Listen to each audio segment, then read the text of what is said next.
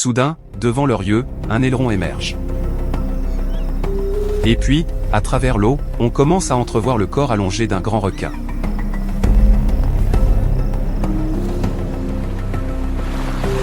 A thousand scalps.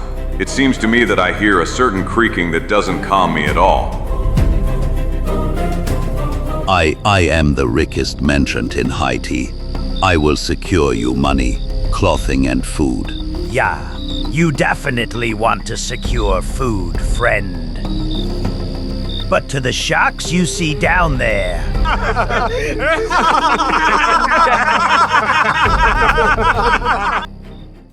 Port-au-Prince, la ville où le sable chaud des Caraïbes rencontre les ombres sombres du vaudou. Alors que le feu dévore les rues et que l'impitoyable Capitaine Serpent resserre son étau, Zagor et Čiko tombent dans un tourbillon de trahisons et de mystères anciens. Entre les lames pirates et des forces inconnues, une mauvaise décision peut être fatale. L'esprit à la hache est en mouvement. Êtes-vous prêt à naviguer vers l'inconnu? Port-au-Prince, la capitale, seule colonie importante d'Haïti. Située au pied des hautes montagnes escarpées, la ville s'étend autour d'une baie avec 16 maisons miniatures caractéristiques en BOE. Entre lesquelles ont également poussé d'élégantes constructions en bois, souvenir de la récente présence des colonisateurs français. Le long des rues qui descendent vers le port, une multitude colorée de vendeurs proposent bruyamment leurs produits, se livrant à de vives discussions sans fin avec les clients potentiels. Et dans ce chaos de paniers, de marchandises d'animaux domestiques, nous trouvons deux vieux connaissances. Caramba and Carambita, I'm already sick of this island. And I, Čiko. But unfortunately, we have no choice but to wait. And on top of that, the little money we have is running out, and I really don't see how we could earn anything else. Anyway, I was told that a new ship has arrived in the port. Maybe it's finally the right one. We better not delude ourselves too much. Who knows where that ship to hell is sailing? PIH. It seems that all the ships that dock here then go to some distant cities in Europe, Africa, and even Asia. And not a single one is going to our regions. So help me all the mustaches of my family. Be patient, Čiko. Who knows, maybe today is our day. Well, I'll be very glad to let you find that out yourself. Feel free to go to the dock, and I'll wait for you at the usual place. Watch out, watch out. Don't tell me you're planning to watch cockfights again after all the money you lost on them. Exactly. At the beginning I was losing, because I lacked experience. But now I can assess the temperament of the rooster at first glance. The strength of his claws and his chances of winning. Trust me, friend, I will double our last $10 while you return. I hope so, Čiko, for the good of both of us. See you. Hasta la vista! Peu après, Čiko arrive d'un pas rapide et déterminé vers la foule d'où proviennent des cris et des jurons forts et des bris. Et un instant plus tard, une arène improvisée dans laquelle deux coqs se battent à mort apparaît devant ses yeux. Suscitant l'enthousiasme des présents qui misent frénétiquement leur argent sur les paris. Tingle led as on the white's victory. I accept. Ha, the black one will tear your chicken to pieces. Devise haïtienne. Come on, black one, forward. So. Eyes dig out his eyes. Oh, and you're here today, little Mexican. Yes, but this time I came to win. I have to invest my last $10 wisely. I can't afford to make a mistake, and I have to study both opponents in detail. You're a fool, stranger. There is only one way to win for sure.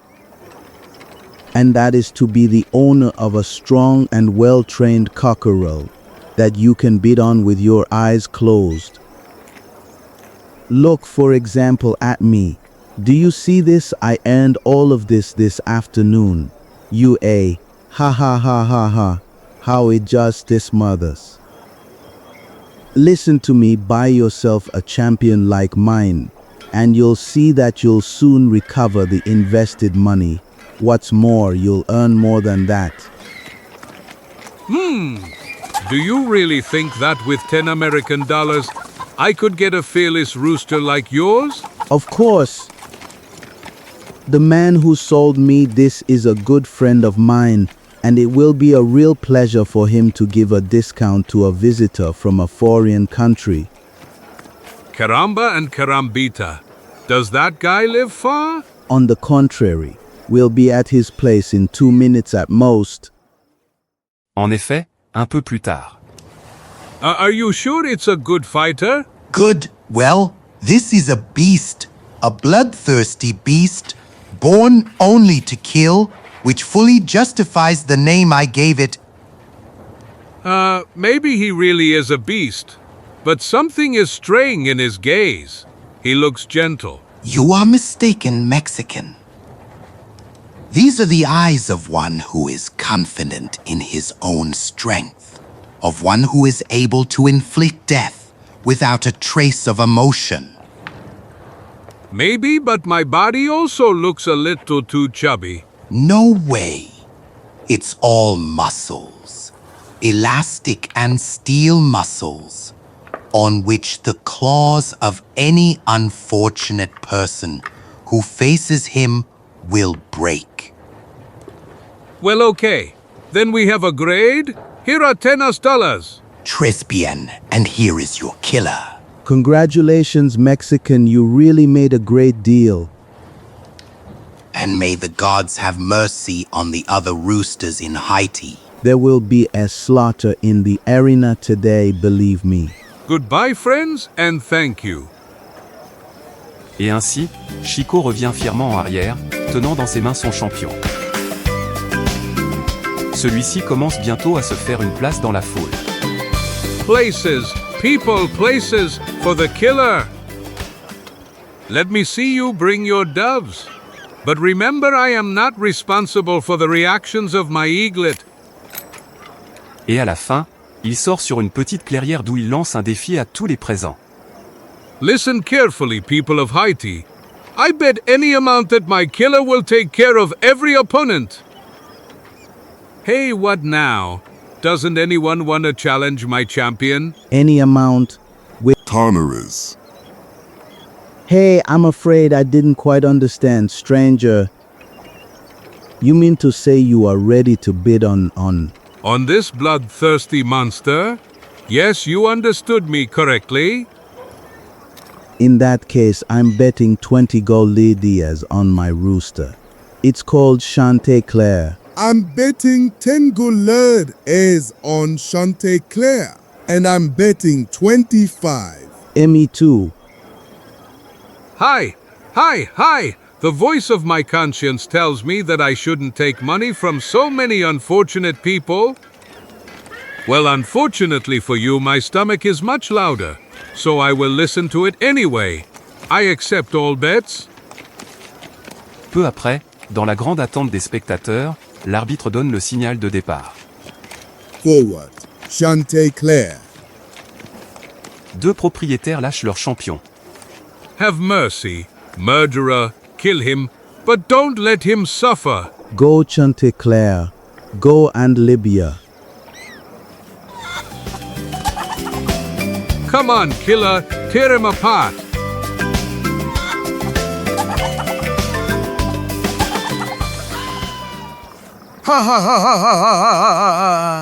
Where is this killer of yours going, stranger? You were right. Your rooster is a real champion, but not in fighting, but in running. PIH? You just laugh, fools. This is surely his tactic. Lure the enemy to follow him, and then he will stop and snap. Finish him off with a single blow. My killer is clever. He fights with his brain.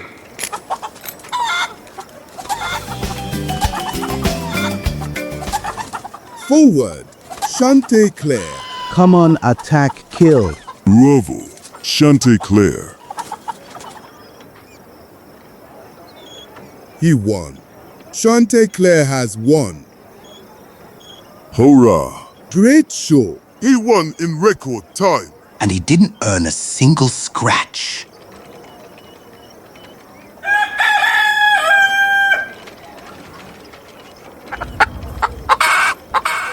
Kokodak. How do you mean Kokodak? Caramba! Y carambita roosters don't cluck? You are right, roosters don't. But hens do Mexican. And this is despite someone adding these feathers to her tail. Still just an ordinary hen. Please. But what are you saying? I? Pure truth, Mexican, and if you still doubt, look at this. Do you see, out of fear and excitement, she even laid an egg.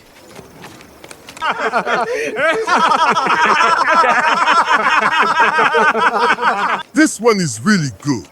The terrible killer is a hen. Gulp! Hey, you Mexican, instead of a fight, we should have held a wedding ceremony. No, this is too much. I've been tricked. Those two played a rude joke on me. But I will charge them a lot. I will find them even if I have to comb through the entire Haiti. Just a moment, Mexican, just a moment. If you plan to visit the island, then it's better to pay off your debts first. Yes, for example, my bet, $30. And you owe me 25. But I don't have a cent anymore, and Pardon. So you accepted our bets even though you knew you didn't have any money. What did you say? yes, or rather no. I wanted to say that I don't have it here with me, but I have. I have it in the bank. Yes, the money is in the bank, and I will withdraw it later. And moreover, you know what I'm going to tell you? I'm going to withdraw it immediately. Room places. Room. Get him. He must not escape us. Room. Death to the Mexican swindler. Let's dismember him. Stop him! Hey, where did he go? Over there! No, he went to the other side. Let's look for him, damn it! We must find him! Damn. Curse. Damn it. Quick! Let's run. Misfortune. Common damn misfortune. Not only did I lose my last $10, but now my life is in danger too. Ooh, this is a place that I urgently need to erase from my map. $10. $10 have completely evaporated. Or maybe not, when I think about it. Something still remained? The egg of my rooster, or rather my hen, the devil took it away. Damife. It's not something overly big, but I'm counting on its high nutritional value.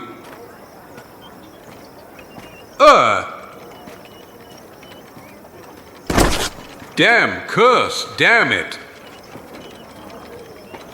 PIH, it seems that today is really not my lucky day. I think I only have to go to the port. Let's hope that at least a ship has arrived. Surviving on this damn island is becoming harder and harder. On top of that, the weather has really been unbearable these last few days. What crazy heat! It's enough to take 2 steps and you feel like you're melting like an ice cube in a pan. And in this part of the city, the heat seems even worse. Caramba and carambita, the sun seems to be firing fire arrows at the earth instead of air today. Fire, help! Fire! fire. So help me, all the mustaches of my family. Now I understand why it was so hot. Water. Quick, bring water. Quick, everyone get to work. Be careful. The house is collapsing. Back. Come back. To hell. Water. Bring water. Mom! My child! Save my child! Heavenly powers. Your poor boy is finished. How can we climb now that the staircase has collapsed? Tell him to jump. Mahim. We'll catch him. Hector, listen to me, son. Do what Mom says. Jump, my child. Go over the fence and jump without fear. Mom, help me. Almighty gods, he lost consciousness because of the smoke. Damn it. Oh no! Ladders, let someone bring ladders. I know where I can find them. Then hurry. This house is burning like a haystack. There's no need for ladders. In. You give me that rope. And now silence, people. I want complete silence. Or that boy will remain up there in the flames forever. Le ton décidé et le regard autoritaire dans les yeux du nouveau venu laissent une forte impression sur tous ceux qui sont présents. Puis, le bruit se transforme d'abord en chuchotement. I don't know. But who is this man? I have never seen him before. Et puis, après une nouvelle demande décisive. Silence, I said. Dans un silence complet. Et alors que les langues de flammes impitoyables continuent leur action destructrice. Une occasion inhabituelle forme avec ses mains des signes mystérieuses dans l'air. Et puis, fermant les yeux dans une sorte de concentration totale, il commence à murmurer certaines expressions incompréhensibles dans sa barbe. Afin de finir par sauter sur ses pieds comme s'il était éjecté par un ressort. En même temps, jetant une corde en l'air. Qui, ayant provoqué des exclamations d'étonnement chez tous les présents. No. How is that possible? Magic? Great magic. Il reste tendu raide dans l'air, comme si son extrémité était fermement attachée à un support invisible. Magic. Magic. The almighty gods of Guinea. En un instant, l'Indien commence à grimper rapidement le long de la corde. Afin d'arriver au plus vite au balcon. Où il prend dans ses mains le corps d'un garçon évanoui. Et descend ensuite par le même chemin. Tu serais accueilli par une vraie explosion d'enthousiasme. Hector, he saved my Hector. Look, only one Glede is able to do such a thing. He is a lower, a spirit that has descended among us. Les esprits imprévisibles et capricieux de la mythologie haïtienne.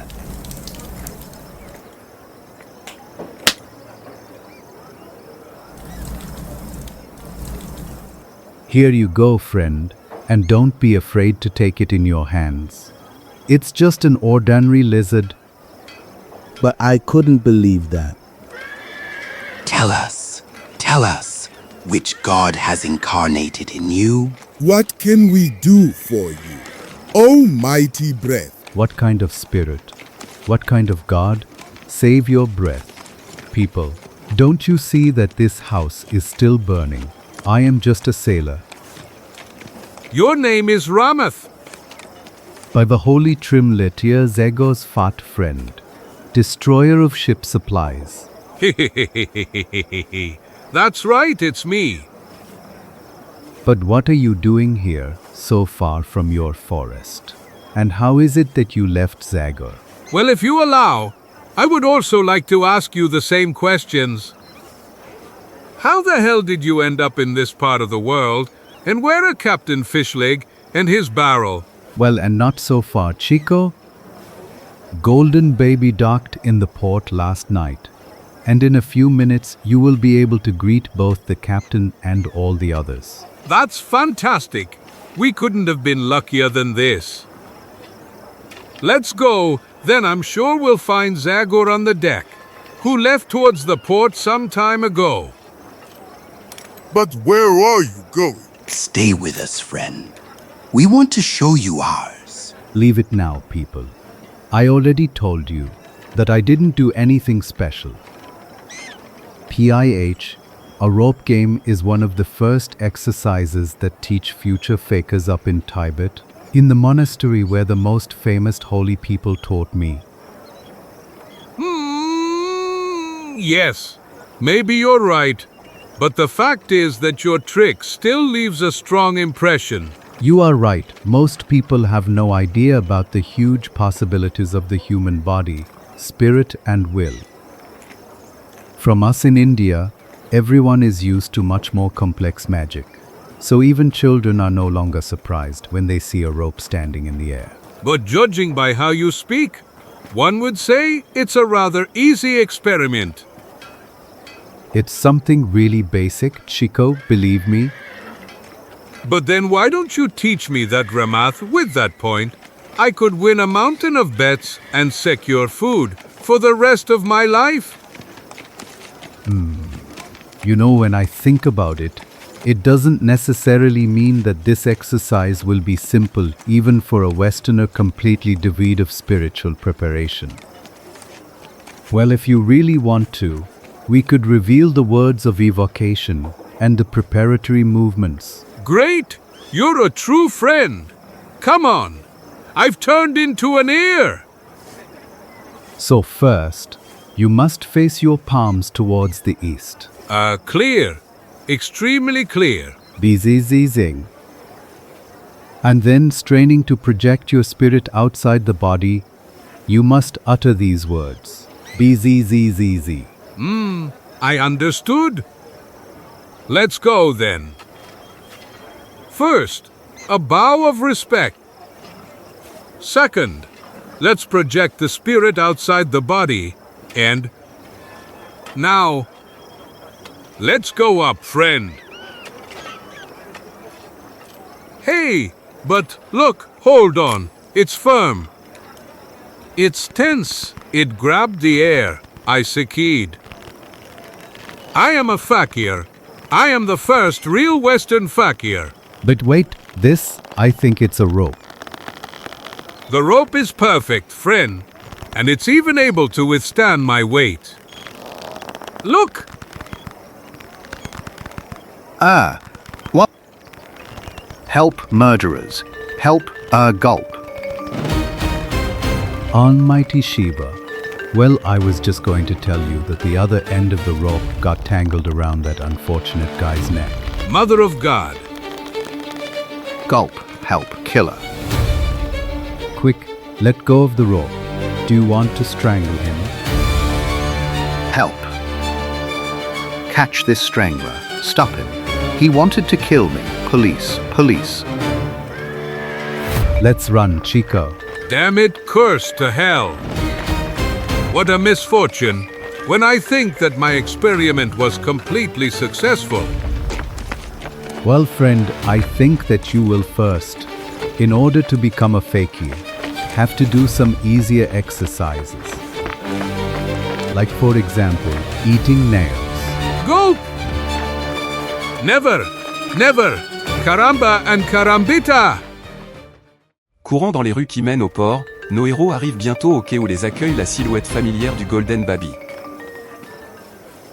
Hey, you up there, look who I brought you. 1,000 of his whales, the relentless gluten. Oh, well, it's our great Čiko. Welcome, friend. The cook's heart will fail when he hears you're on the ship. Greetings, crew! Greetings, scum of all the world's ports. Oh, and you're here too, Tarawa, old leader of Christians. I am glad to see you, Mexican. But are you okay? You seem somehow thinner and harder. Yes, you are right. You speak well. My flesh has become like an old soul. Choose someone else for dinner, because after all these days spent here, I have really become inedible, friend.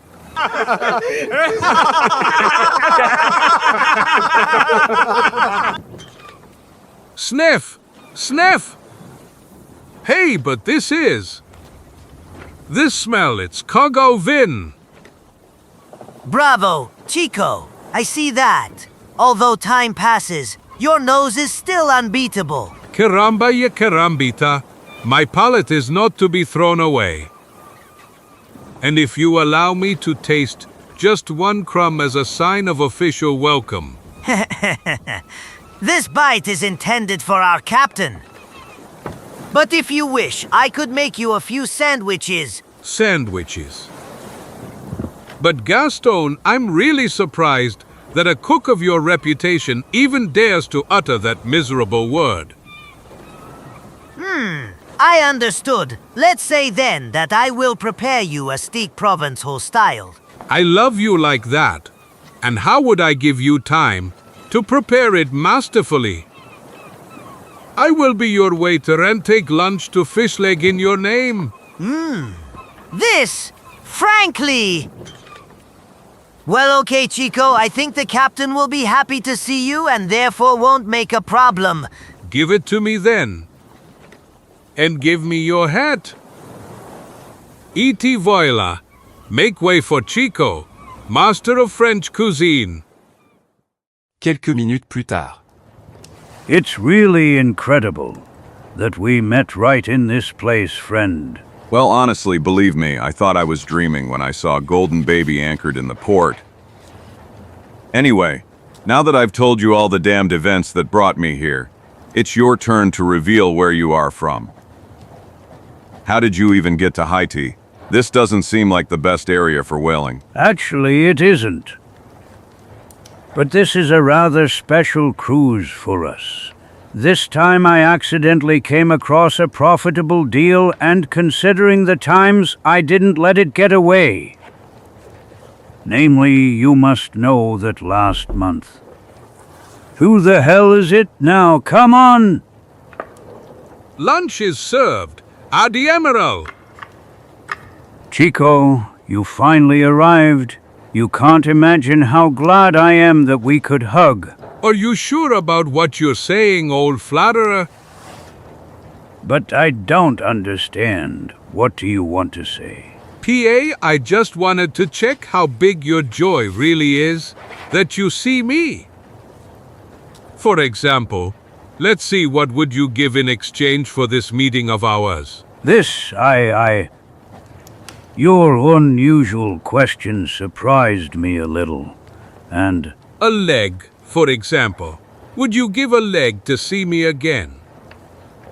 A leg? 100 whales? Let's not exaggerate. And keep in mind that I only have one after all. Truth. That's the truth. Let's say then, a hand. Would you give a hand? You have two of them. An arm? Ouch. I really like you, Čiko, and you know that very well, but a hand seems a little too much. But then let's see what else. Let's see. Yes? Listen to this. Would you give what I know? Lunch? Like this one I'm bringing you. Oh, yes, I would. I would always give up lunch in the name of meeting again with a nice friend like you. Great friend. In any case, feel free to imagine that it's already done. Namely, I am, as you can see, here before you. And in exchange for that lunch, of course, disappeared. In general, you haven't given up anything special. The rooster wasn't bad, but the potatoes were unsalted. Čiko, you really are incorrigible. So, fish leg? I'm still waiting for the continuation of your story. Ah, yes, of course. Generally, Last month, a terrible storm caught us on the high seas off Virginia and forced us to take shelter in the Norfolk harbor to repair the damage to the masts. Unfortunately, the costs proved to be greater than predicted. I was, in order to pay for the repair, forced to use the money that I had prepared for a new expedition or hunting whales. As you know, because of those damn fish, we often know how to be absent for months, so we need a considerable amount for supplies and equipment. After I had tried in vain to get a loan from the city banks, and even from some users who usually hang around the port, I had already reconciled myself to the fact that I would have to miss the hunting season and disband the crew in order to enable each of them to find a job on a ship whose captain was more fortunate. When literally just a moment before I was about to announce that sad decision to my men, a strange figure appeared who gave me a very interesting proposal. In short, that visitor proved willing to hire the entire ship for a 2-month trip to Haiti. According to his own proposal, he expressed his willingness to cover the supply costs and pay $5,000 as an advance from the agreed $20,000 upon departure, and we agreed that he would pay me the rest upon return from the expedition. 1,000 scalps. I'm not a sailor, but that sounds like an offer worthy of respect for such a simple trip. You're right, Zagor. Morse tusks. In 2 months we will earn practically as much as we would earn for an entire season of hard and dangerous. Of course, I accepted, jumping with joy.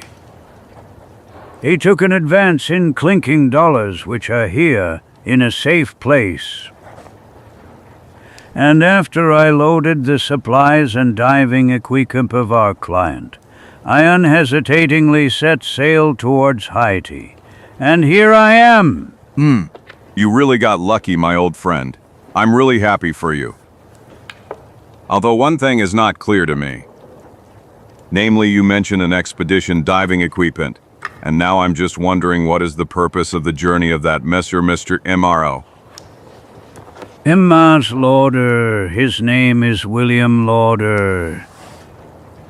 As I already pointed out, he is a strange guy. One of those real rich people who simply go around the world spending money left and right. PIH, that guy throws money around like it's peanuts. As you can guess, the crew members are thrilled with him and are constantly competing to see which of them will do him a favor, and he constantly rewards them with silver coins. Generally, Lauder, as a true gentleman, immediately revealed to me the true purpose of his trip to Haiti. Namely, it seems that a few years ago, in the waters not far from the northern coast of the island, a ship sank on which his grandfather William was traveling, and from which he now intends to extract the remains of his dear grandfather in order to bury them in the family tomb. What do you say to that? Doesn't that sound complimentary to you? Yes, you are right. But it's a pity. I had already hoped that I'd found transportation to the continent by seeing the golden baby. Listen, you can always join us and be with us until we take out the remains, and then we will all return to America together. Thanks, but that won't be possible. As I already told you, I'm in a hurry to return to Darkwood, and I intend to board the first ship that will pass by here. I understand you completely, and I can't say you're wrong, friend. That fact will not prevent us from paying tribute to the kitchen of our good Gaston tonight. Sounds like a great idea, Fishleg. Great. Why? It's simply fantastic. Perfect. I will take the opportunity to invite Mr. Lodrer, who is truly a pleasant and interesting conversationalist. What's more, you know what I'm gonna tell you. I'll introduce him to you right away. Come, it's safe in your cabin now. Come in, good man. If you've come for tea, feel free to put the tray on the table. But this, yes, of course, I understand. You want the usual gift, huh? Okay, here you go.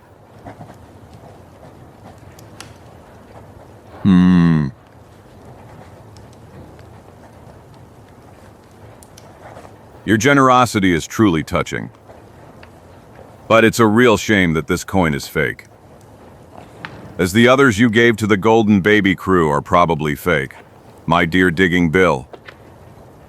Digging Bill? But why did you call me by that strange name? Besides, regarding the coins, I'll tell you that. No! Zagor? Hello, friend. Greetings, old man, and I am here. But what does all this mean now? So, you've gone for the bones of your poor grandfather, haven't you? Yes, of course. I am his most beloved grandson, and well, I loved my uncle. Or rather, great-grandfather, actually. 1,000 scalps. Don't think you'll sell me your usual lies. I've known you for too long, and I know very well what an incorrigible scammer you are. Liage! Curse, but this is really a true misfortune. All right, I met you on Long Island, and then we met again on Ontario. Well, that can happen because North America is not that big.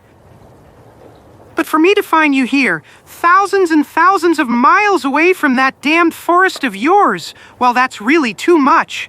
Hey, are you finally going to explain to me what all this means? Who is this man? How do you know him? And why did you call him Dig?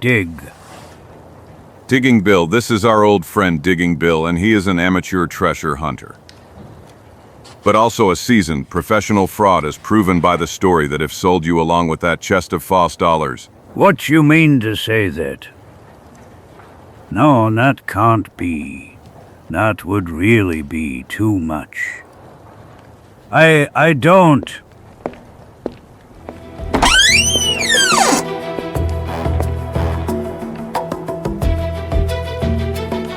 Fake. It's fake.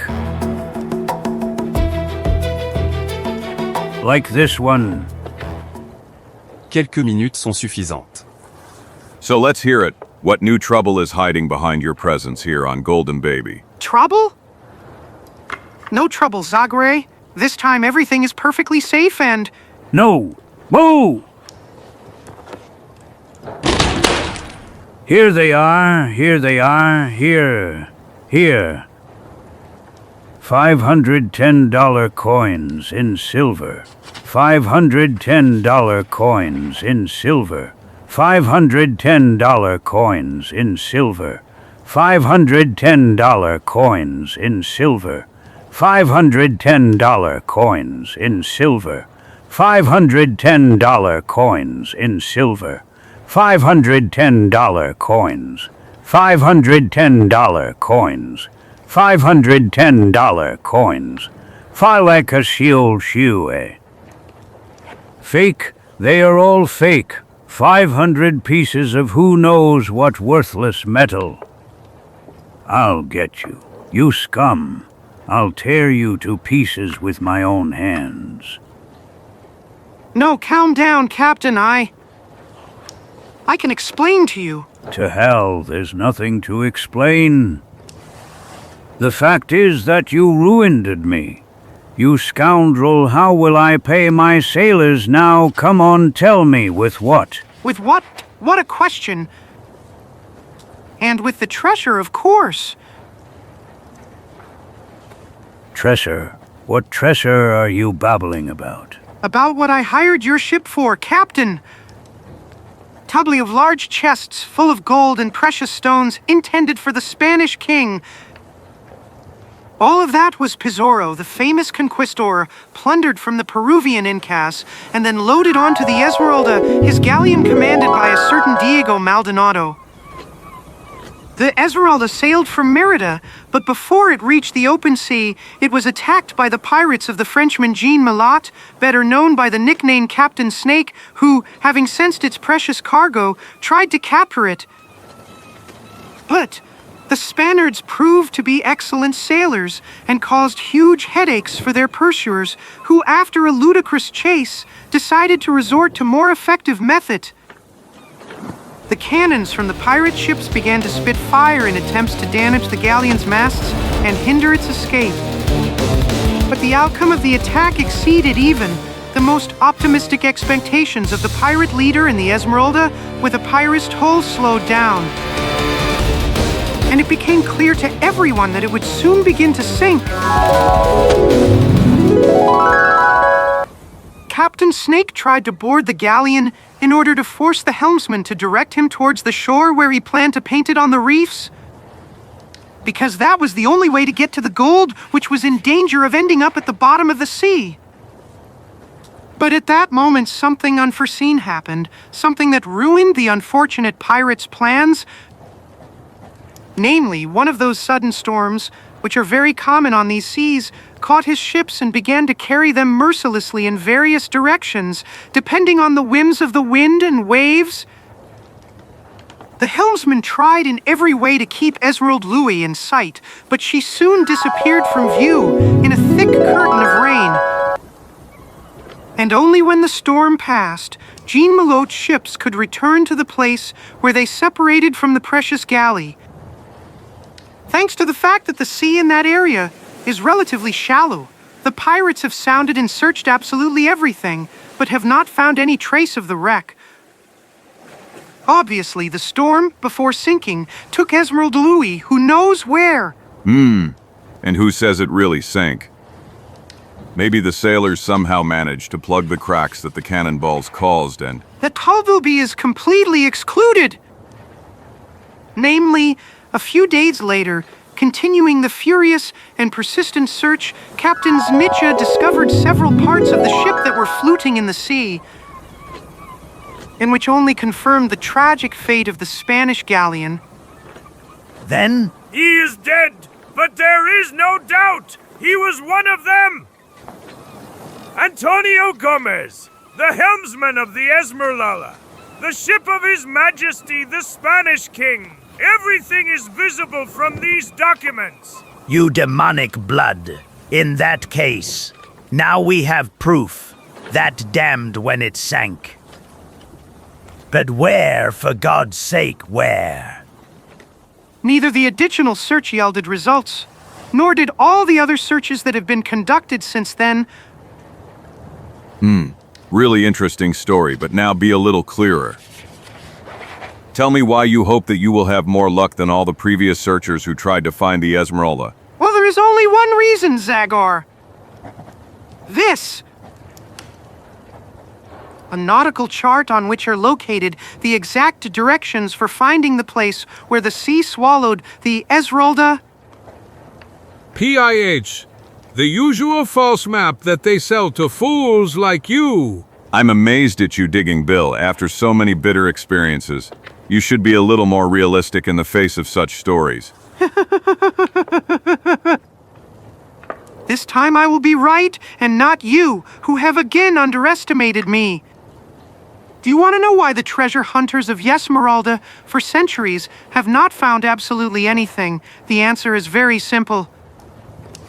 The main reason is the fact that everyone was guided exclusively by known data, that is, those that were transmitted through history by the descendants of the pirates who sailed with Captain Snake, whom I mentioned to you a moment ago.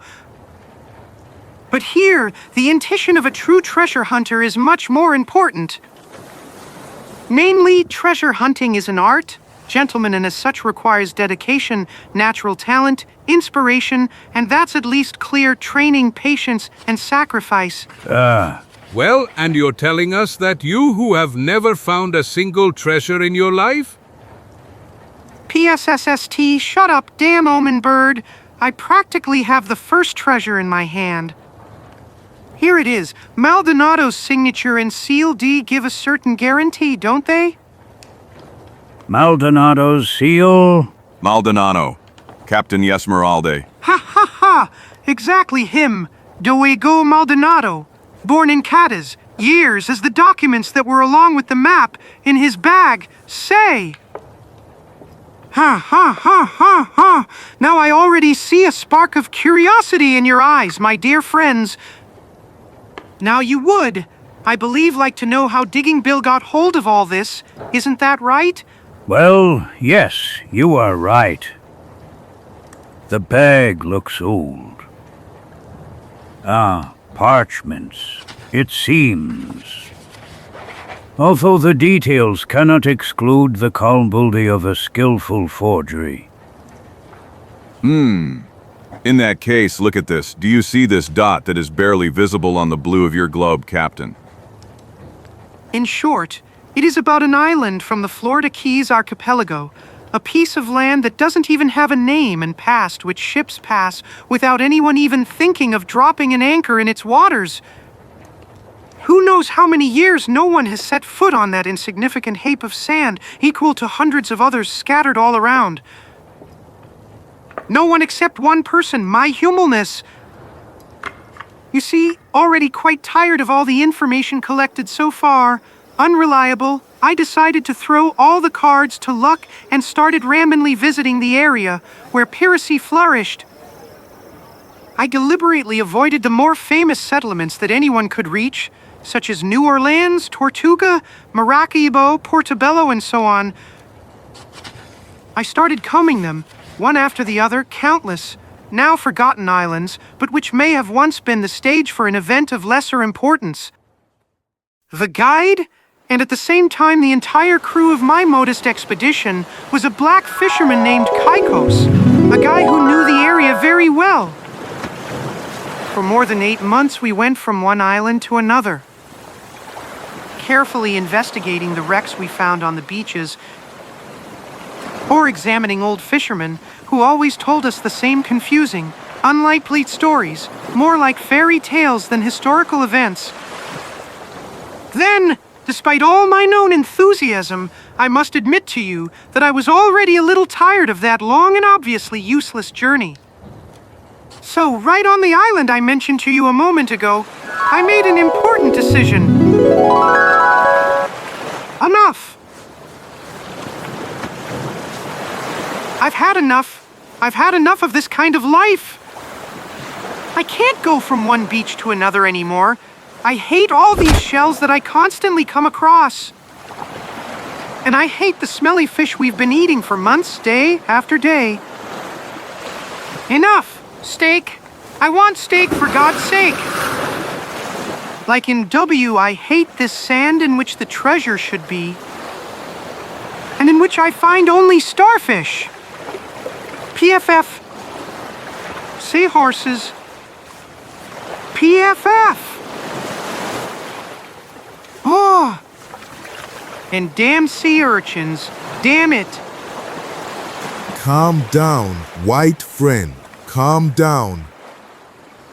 It's obvious that you're pretty tired and maybe even sick. No way to be. I feel excellent, although I am damn thirsty from this hellish heat. Forgive me for this outburst of anger and hand me something to eat, Čikos. Now that you've thrown that fish, we only have coconuts left that I always eat. Damn it! Refresh yourself with them while I catch more fish. You'll see that you'll like them. Well then. Thunder, damn it, and the damn coconuts. I've already eaten hundreds of them. PIH, I can't wait to get back to the continent. I will return and dedicate myself to searches in the mountains of Mexico, the deserts of Arizona, the jungles of Guatemala, but from today on I will avoid the sea. A stone, I need a stone to break these damn nuts. There's one, it seems to me, big enough. just won't come out. I'll need both hands to.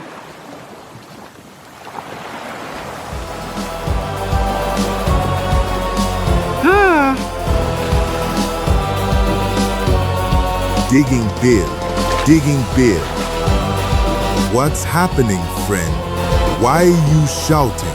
100 demons! I got really scared when, instead of a stone, I pulled out this pile of bones and... Hey, but this was a big fish. Look at the medallion he wore around his neck. Everything on him is of Spanish origin. He surely survived a shipwreck many years ago. And his bag is very nice. It will come in handy. We will put our supply of coffee inside. We just need to throw out these old papers. But, this is the name of that. Yippee! We are rich, Caicos, rich as kings. I'll give you a 3-masted ship with which you'll replate your miserable vessel. And I'll buy you 1,000 hectares of land on which you can grow those damn coconut palms. But I don't understand. Everything will be clear to you when I introduce you to our dear host. That is Senor Diego Maldonado, captain of the Esmeralda. Othagwe is a very capable and extremely considerate sailor. And so considerate that on this map, after he grabbed onto some remnants of the ship that remained floating on the surface, he marked the place where his ship sank. But the place marked on the map is very far from here. How could he have ended up here? Who knows, maybe this trickster managed to board a lifeboat gas supply.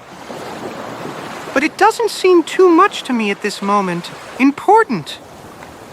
The only important thing is that we will now sail in that direction together with the appropriate equipment that will enable us to bring the treasure from the galleon to the surface.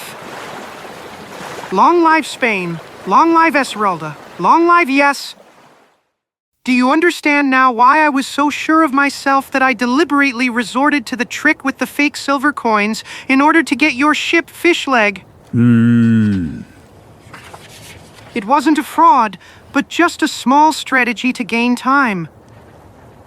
I will make it up to you by paying you even twice as much as I promised you, or rather, to be more precise, you know what I'll do? I will divide the treasure into equal parts with you and your people. And before that, we will just set aside a part for Caicos, who really must get his coconut palm plantation. What do you say to all this, Zagor? Well, I must admit that this time Digging Bill's story sounds more convincing than usual. Who knows, maybe the truth really lies behind it. Besides, considering where you are, I think it's worth the risk.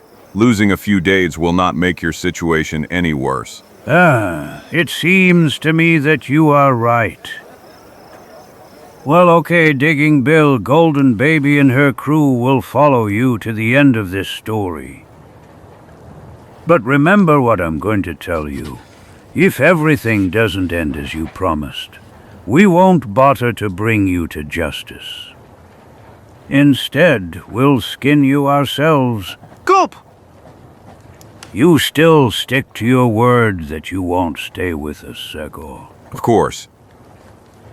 We will spend the night on the ship, and at dawn, before you sail, we will return to the shore. Whatever you wish. Well, in that case, we'll toast to our future successes later. Celebrate our new alliance, Captain. Don't forget that. En même temps, sur une terrasse d'Oulon a une magnifique vue sur le port. Hand me the binoculars to go.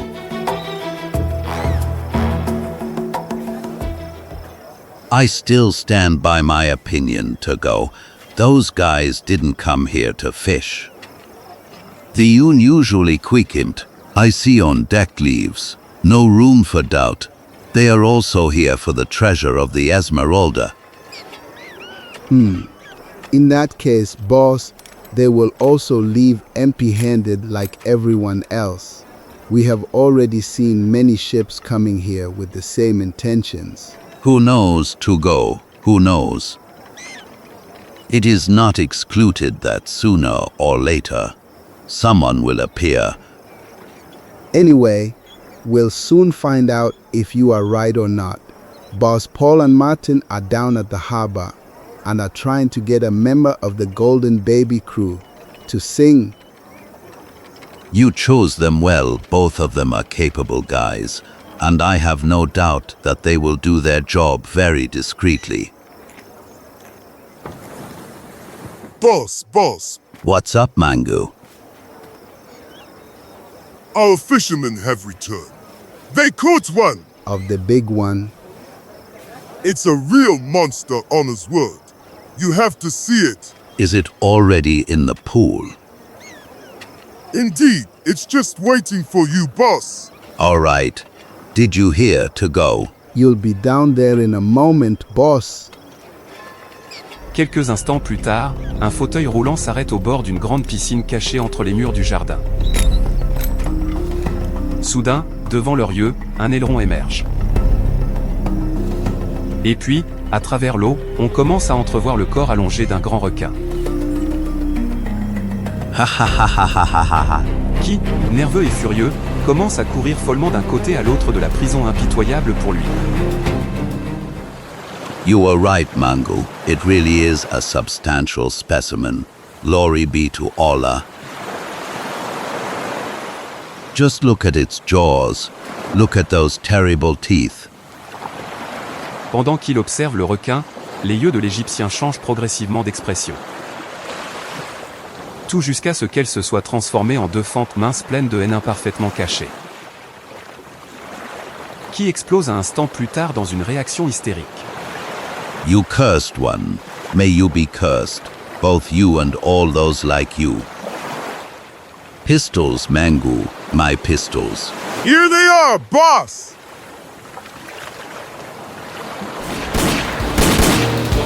Ha ha ha, you didn't like this joke, huh?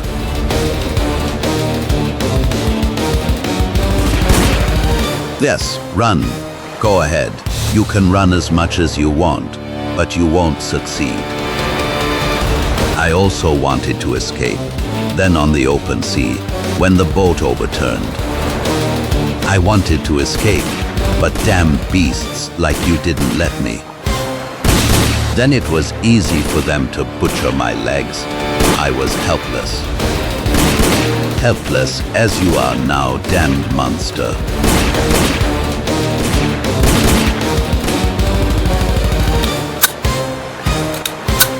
Les clics métalliques répétés de l'aiguille qui frappe les étuis vides comme pour réveiller cet homme étrange du cauchemar qui l'avait envahi. Dont le seul témoignage reste un ruisseau de sueur qui continue de l'inonder, alors que les traits du visage déformés par la colère commencent lentement à se détendre. Is it finished? Yes, boss, but first you made him suffer a lot. He looked like he had gone crazy. So, help me Allah. Only the suffering of these beasts helps me to forget, at least for a moment, everything I have suffered because of them. Well, okay, take the guns, Mangu, and throw this carcass to the dogs. Ah, just one more thing, pay those fishermen well. I want them to remember me every time they catch someone. I will do so, boss. Let's go. To go. Take me back to the stort. We must not neglect our daily business because of Esmeralda's treasure.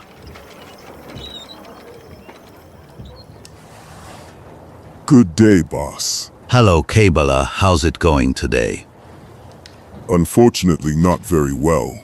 Maybe it's too hot, so people didn't feel like going shopping. Maybe the afternoon was very stuffy. Generally, join me in a few minutes in my office. I'll take a look at the bills. Let's go. To go.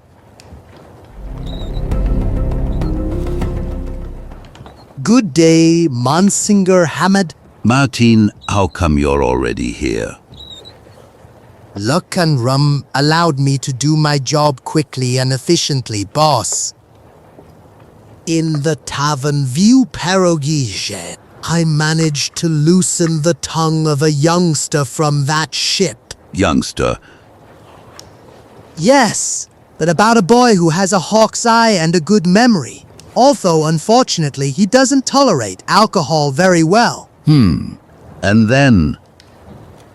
Seems that Golden Baby is sailing towards the bay Manzanillo, which is located on the north of the island.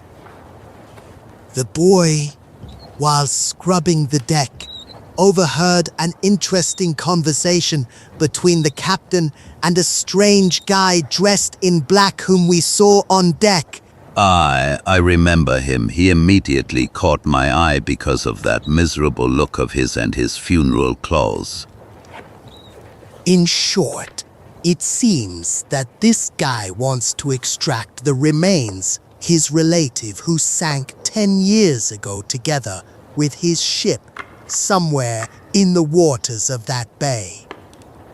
But it seems that he also possesses an old map that he jealously guards, but which has not escaped the brat's attention. Watch out, watch out. Is that all? Yes, sir. I'm sure he told me everything he knew. You did an excellent job, Martin, here. Thank you, Monsignor Hamad. Do you need me anymore? You will be too. And some other faithful friends, son. But later. Now go. But make sure that To-Go can find you quickly at any moment. He will find me in the arena where cockfights are held in Patientville. I want to see if the luck from before will continue to follow me for a few more hours. Après que l'indicateur s'est éloigné, Hamad s'enfonce dans une réflexion silencieuse que son serviteur prend bien soin de ne pas interrompre. Puis, il prend un gros recueil. Quelques instants plus tard. Now there is no doubt. I have lived in Haiti for 30 years, and I have never heard that a ship has sunk in the Bay of Manzanillo. And this copy of the Port Authority Registry doesn't mention anything like that. So the man in black lied. It may be that neither the crew nor Captain Golden Baby have any idea about it, but the real goal of that guy's search can only be one thing. Esmeralda's treasure.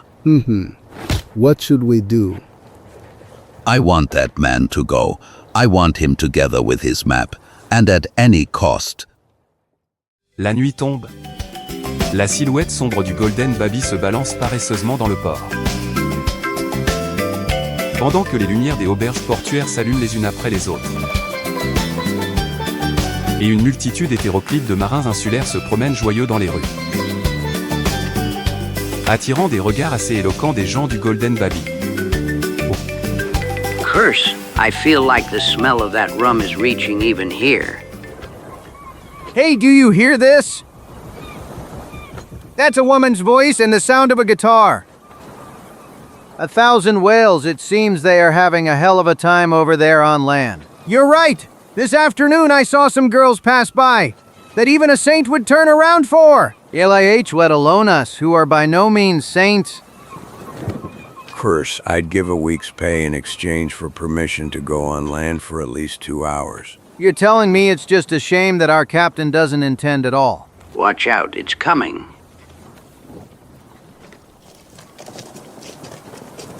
Everything okay, guys? In Tongue, guys? Yes, sir. We got to work, Captain. All the better. I want everything to be right tomorrow when we sail. As a reward after you finish, you will all get one more shot. A shot? What stingus? What did you say, Manelo? I didn't hear you well. This I said. I said you are very generous, Captain. That's right, we will spend an unforgettable evening, sir.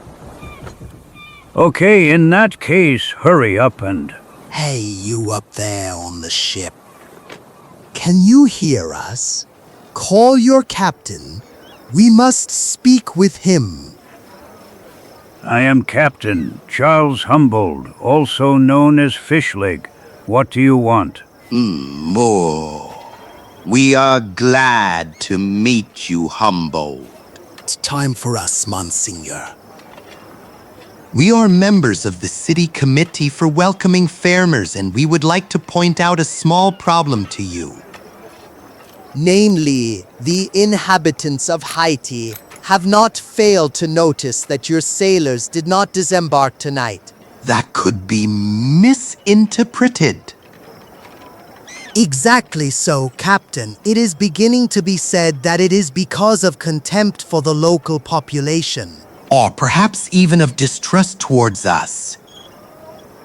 Do you understand, Captain, that little detail could jeopardize your good relations both with the port authorities and with the local population? Oh, I didn't even think that someone could interpret it that way. Namely, such my decision was solely a precautionary measure because of the arduous day that awaits the crew tomorrow. Therefore, I thought that a night of rest could. I understand. Justified precautionary measure, Monsignor. However, I think that our fellow citizens would appreciate it much more if you showed at least a little sympathy. And therefore we invite the crew of the Golden Baby to toast to all of this together with us. Of course, everything goes to the account of the City Council for the welcome of foreigners. 1,000 whales, I only needed these 2 pains in the neck. Come on, Fishleg. That seems perfectly fine to me. The guys will just have a drink or two, and we'll be back in an hour or two, right, people? Yes, of course. You can count on that, Captain. Be sure. Of course, we will gladly enter a tavern, but we will be careful about our behavior, so that we don't have problems with the port authorities. True, and friendship with the local population could be useful to us on this occasion. That's right. Well, okay, gentlemen, my people will gladly accept the invitation. And I, for my part, ask you to convey sincere gratitude to your committee. And as for you, you spunges, don't try to deceive me with those martyr-like facial expressions. I know very well that you are bursting with the desire to grab the bottle. Come on, follow! Yippee! Hooray! Pass it on immediately, everyone. We're gonna land. Yippee! This way, gentlemen. Drinks await you not far from here. In the tavern at Red Riding Hood's. PFST, just look how happy they are, damned frauds. Ha ha ha ha. None of them refused the invitation. Well, to tell the truth, one still remained on the ship. Look! 1,000 scalps. Good Ramath is obviously tired, so he decided to sleep, using what he calls the bat position. He claims there's no better way to rest. He's crazy, ripe for a straitjacket. I said that right away the first day I saw him. Ha ha ha ha. Okay, friends, I'm going to bed, and if you also want to spend a little time on land... No, absolutely not. We're gonna sleep too, aren't we, Čiko? That's right, on these damn boats. He wakes up early in the morning. Peu de temps après que le bruit joyeux de l'équipage s'est tu, le calme enveloppe à nouveau le port. Mais environ une demi-heure plus tard. But what the devil? 1,000 scalps. Something is happening, Čiko.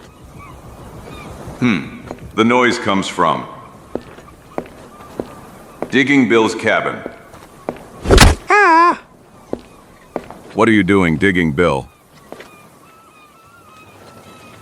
Hey, but what?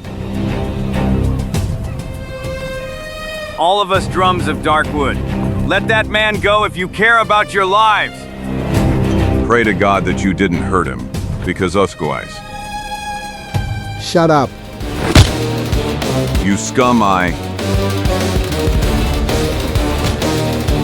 Malgré l'envie instinctive de riposter, Zagor sent son regard s'obscurcir d'un voile noir,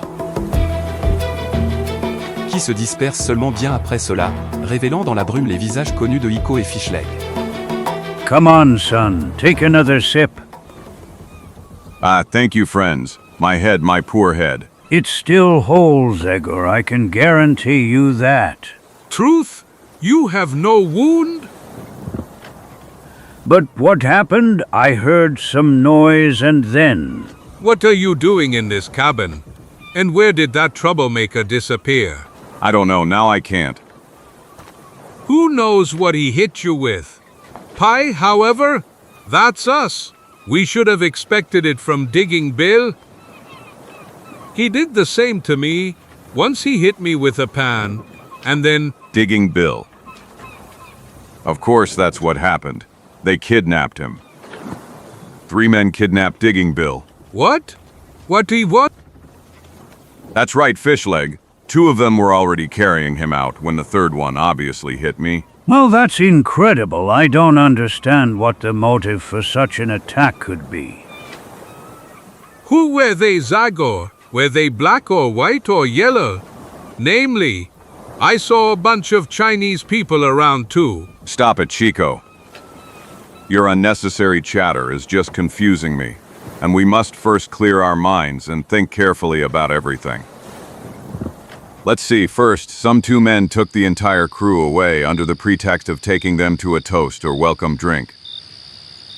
And then after the ship was left ungirded, some intruders climbed on board and without hesitation broke into Digging Bill's cabin. Judging by the confusion and disorder that reigns here, they were certainly looking for something precious. And then they decided to take him away too. All this leads me to think that it is a well-developed plan of well-informed people who knew exactly what they wanted. Yes, it seems you are right. But why did they target Digging Bill? Why him and not me? Considering that as captain, theoretically I should be guarding the chest with money for salaries in my cabin. Why, yes. Why? Well, yes, that's it. The answer is simple. For gold for the treasure map. I am sure that's what it's about. It can't be any different. Someone in town has certainly extracted some information from one of your people. That's someone pretty cunning who didn't swallow the story about removing the reins of the poor grandfather and immediately connected your presence with numerous treasure hunts that are certainly frequent in these parts. Who is this mysterious cunning person? And what are they going to do with poor Mr. Loader? Or rather, Digging Bill? I believe we will find out soon. Because if luck helps us, I believe I have a threend in my hand that will help me unravel this clue. Stay on the ship, Fishleg. Čiko and I will jump to the city to find and gather all your crew. And in the meantime, we will also talk with the zealous members of the city council for the welcome of foreigners. Quelques minutes plus tard, dans une taverne douteux Neda écho décision. And as a conclusion, of this touching ceremony which strengthens, good relations between us visitors and the local population, my humble self, Harry Samlison, thanks the city council for the welcome of foreigners, in the name of all the sailors of America, or rather, all the sailors of the whole world. Goodbye, good night, and thanks. Look, Pascal, one of our guests intends to leave. Shall we let him go?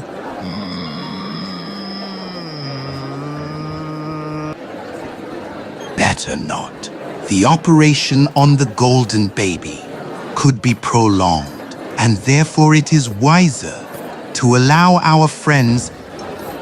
But you don't want to leave already, Admiral. I took... You've mistaken me for someone else, mister. I am not an admiral. But Just an ordinary assistant nostrum. Or, to be more precise... Oh, I apologize.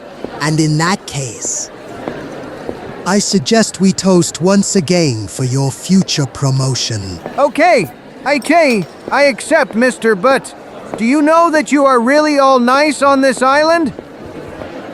Come on, Little Red Riding Hood. Give this sea wolf a drink. Damn it, well, that's all I do, isn't it? Come on, Christopher Columbus. Give me your glass. With pleasure, Miss, or rather, Mademoiselle, or should I call you Senorita? PFT, don't strain your brain. I'm simply Little Red Riding Hood. Namely, that's what they call me, since I got lost in the nearby forest about 30 years ago. Okay. And you know what I'm gonna tell you, Little Red Riding Hood? I'll tell you to be careful. Because, I could be the wolf who will eat you. PFT, IT seems to me that you are missing a few teeth to be a wolf, my friend. Here, put back in your mouth the tooth you lost while you were drinking your sixth glass.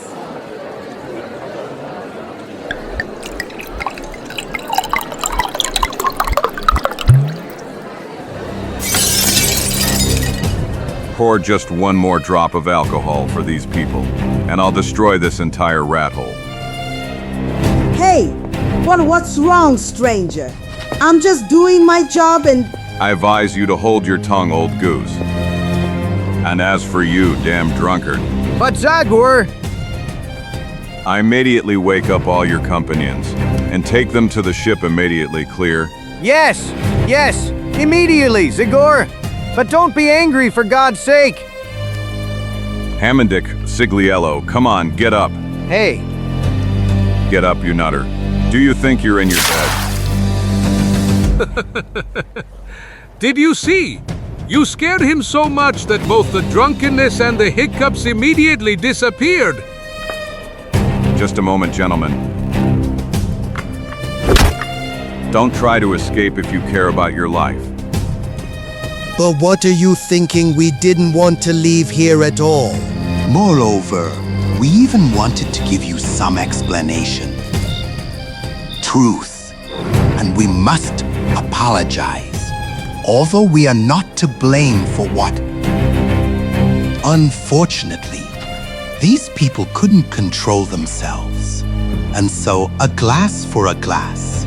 We really gave it our all to convince them to be careful. Yes. I heard you while you were convincing old Samuelson. This, basically, yes, that is the city council. Yes, we wanted to say that if we can repay you in any way. Well, of course, my gentlemen. I think there is a way for you to repay me. Say freely, young man. Very, very gladly. Well, here's what I want. Take me to the scoundrel who paid you to do this dirty job. But, what do you mean? Yes, we do not. Be clearer, please. You see, I thought I had used clear enough words. But if it's really necessary, I can try to explain it with my hands. Gulp! Curse! Get your payaboys off my friend, you scum! Ah, so I see. If the city council for the welcome of farmers likes these kinds of parties, I certainly will not back down.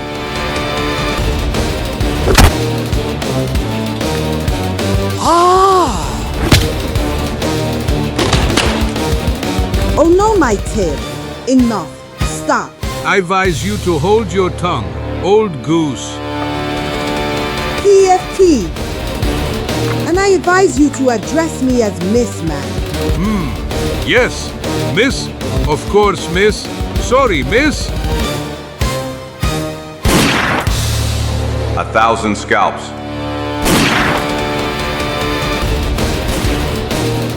Damn, Snoop, come outside. Come on. Show me your ugly mug if you have the guts. You're not moving, huh? So much the worse for you. I'll come personally to drive you out of your lair. And from this distance, be assured that I will not miss the track. 1,000 scalps. I didn't think he had a revolver, so I allowed myself to be surprised like a beginner.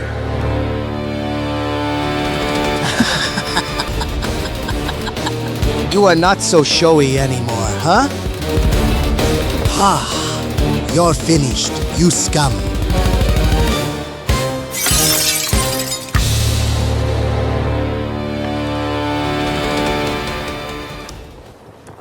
Too bad. A patient job of several months was destroyed in just one single moment? Come out freely, Zagor. Your life is saved thanks to this precious example of naval craftsmanship. Ha ha ha. Really nice shot. Okay, and what now? Now try to find a piece of rope with which we will tie them. Leave it to me.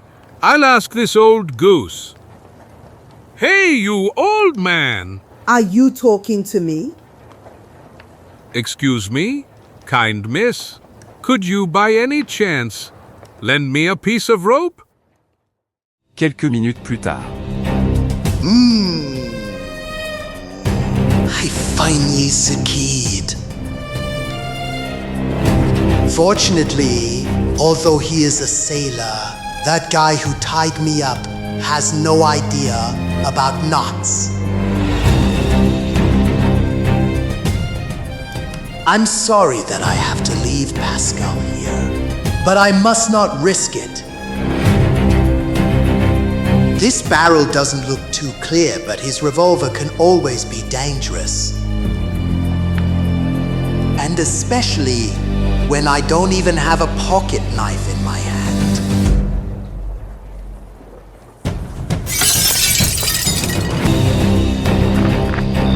And now let's run. My window! Caramba, y carambita. Stop, come back! Come back! I must inform the boss immediately. There's a casualty that the others have escaped, but it seems that Zagor knows what he's doing, therefore, it's better to be prepared for everything. Everything is going according to plan, and finally it's Čiko. He played his role well. Run. Just you run. Fool. You currently consider yourself a very capable guy, but actually you don't realize you're doing a bears and a favor to your mysterious boss. It seems we've already arrived. Hey, you inside, open up. And the dimensions of this wall suggest that some big fish lives inside. Open up, damn it, quickly, open up. Coming, calm down. Oh, it's you, Oliver. How did it go with the sailors? To hell. You'll hear when I tell the whole story to Mr. Hamad. In the room behind the store. Where is he? But I warn you that he is in an extremely bad mood. The prisoner of ML is giving him a huge headache. Leich, just imagine how he will start swearing when I tell him my story. I am convinced that this is the lair of a trickster who has taken a liking to Golden Baby. If so, there's a high chance that poor Digging Bill is right inside. Unfortunately, this place looks like a fortress with this wall, on which you can't see any protrusion or... Oh, here's someone who will give me unexpected help. Hello, friend. Hello, stranger. Will it bother you if I join you briefly in your car? But feel free to climb, young man. But know that I'm only going 2 miles from here. 2 miles, Lee-IH, I don't need that much. Here. I've already arrived. Hoop. LA. Goodbye and thank you.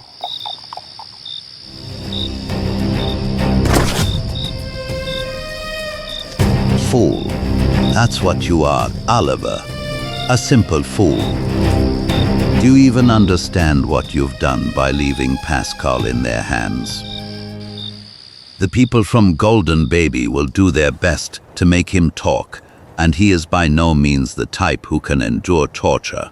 The truth. Pascal will reveal everything to them. And soon we'll have all those sailors on our necks. And maybe even the police. Well, okay. Maybe we still have time. Take Kabbalah with you and go back to that tavern. Try to free your colleague, but if that proves impossible, silence him forever. We'll take care of that. Of course, Monsignor. You will see that everything will be all right. I hope so because of you, you damned scum. And we will now return to our conversation. Treasure hunter. But I repeat to you that you are mistaken, Mr. I have nothing to do with the treasure. Perfect. This was Digging Bill's voice. It seems I'm in the right place. Curse. I've never seen the boss so angry. To hell with him. I'm really curious what anyone else of us would have done if they were in my play. That Zagor, or whatever they call him, appeared so unexpectedly that I didn't even have time to. So what kind of guy is that Zagor? And what can I tell you? He's as big as a closet, and at the same time he's skilled and agile as a panther. Is he tall? Indeed, he's at least 1 meter 80. Or rather, probably even more. 1 meter 85. Hey, you stole a few centimeters from me, friend. 1 meter 87. That's how tall I am. Oh no, it's him! It's 4 long.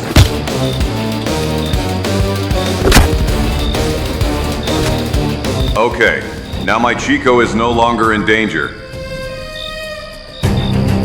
So I can freely take care of old Digging Bill. À ce moment-là. Believe me, Mr. Loader, I'm sorry that I have to use methods that I despise.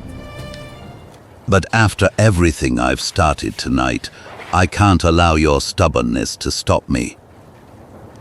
Prepare the iron to go. Should we shut ML up? It's not necessary. No one will hear him, even if he shouts at the top of his lungs. No, stop! Wait! Watch out! Watch out! You don't mean to tell me you've decided to reveal where you hide the map? That's not possible. I know nothing about it. Besides, your men searched my entire cabin and— Enough is enough, Mr. Loader. I'm sorry for you. Go ahead to go. No, Wayne—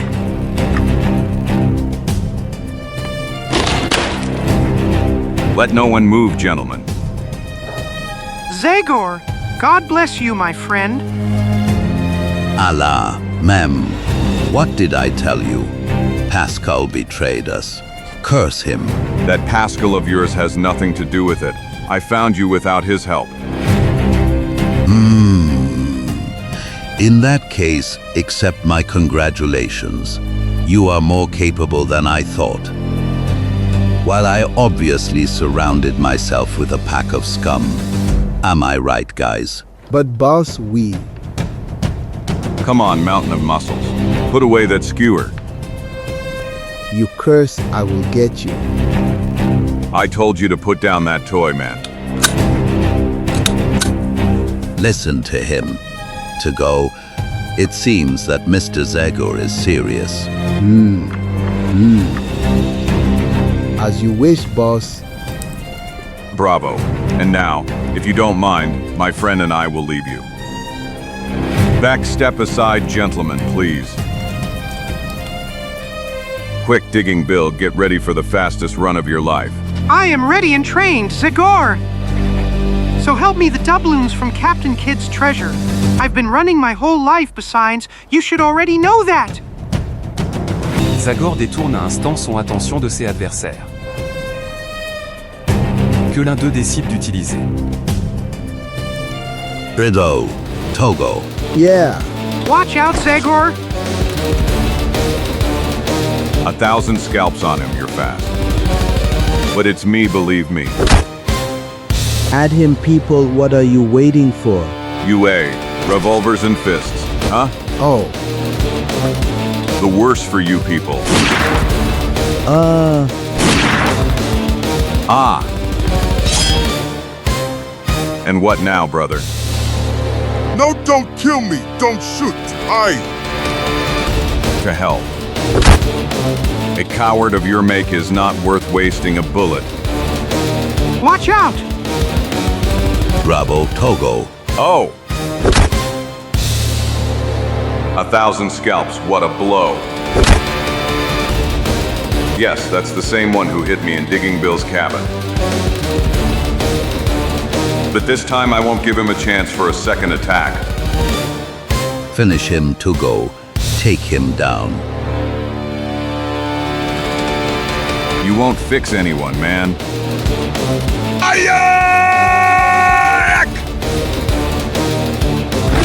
1,000 drums. He has a jaw of stone.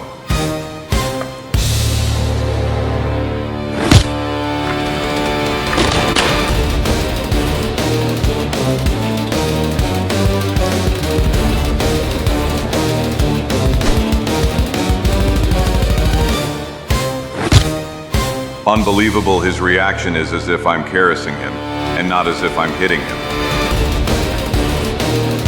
Ah! 1,000 scalps.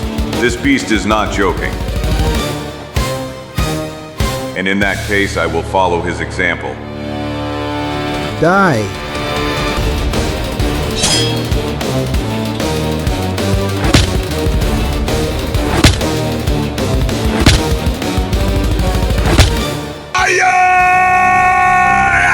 La tension provoquée par un combat exigeant avec un adversaire extrêmement difficile culmine-t-elle dans un cri triomphal irrésistible.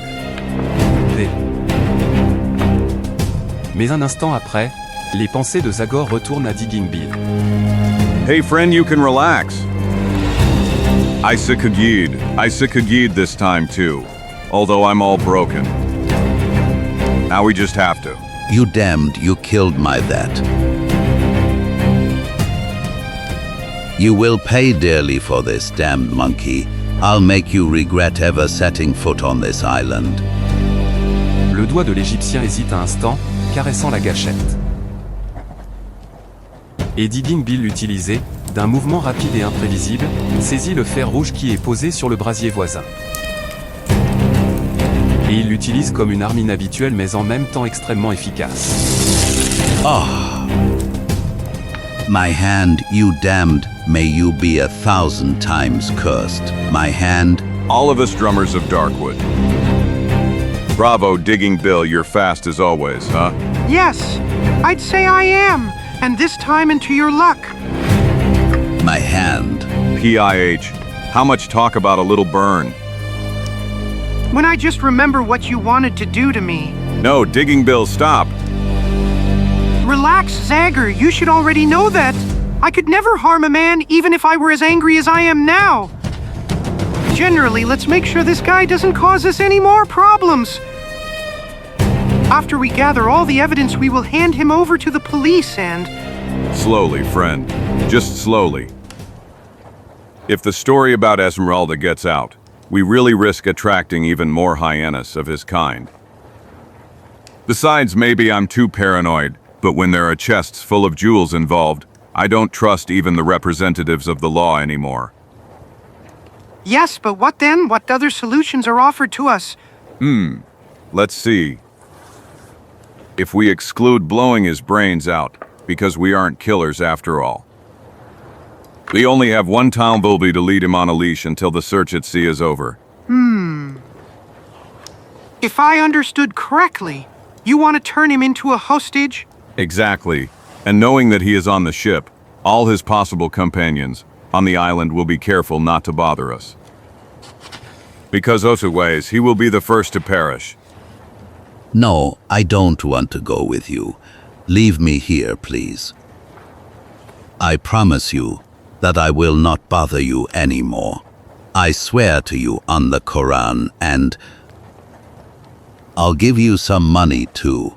$500, or rather, $1,000. Believe me, I'm afraid of the sea. I don't want to. I can't get on the ship. Don't take me, please. I'm sorry, friend, but with or without the Quran, I don't really believe your oaths. Let's go. You'll write a letter that you'll leave to your friends, and or whom you'll order to stay away from Golden Baby, and then you'll go with us on a trip. But just a moment, Zagor. You've already told me twice, speaking about tomorrow's journey.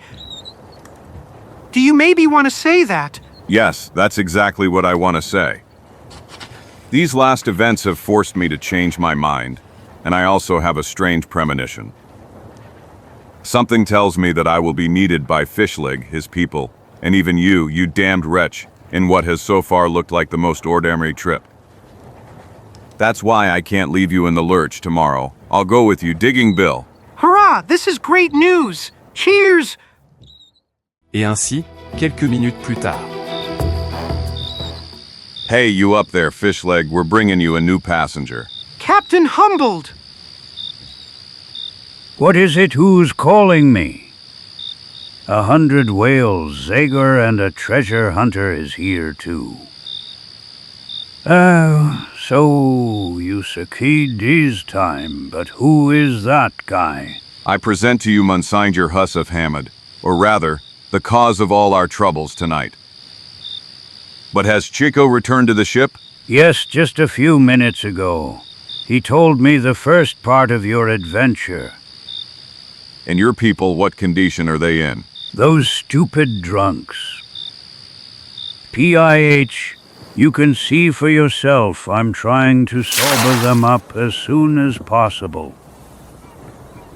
But I'm afraid we'll have to postpone the sailing for a few hours. Generally not bad.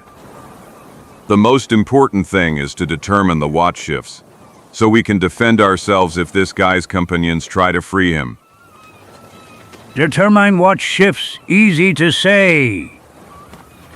Except for the four of us, I think my only awake man is up there. By the holy name of Shiva and Vishnu. 1, 2.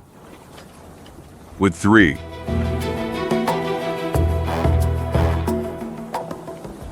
Bravo, Ramatha. First you will help me remove the bridge, and then position yourself on the bow and do not take your eyes off the mule for a moment.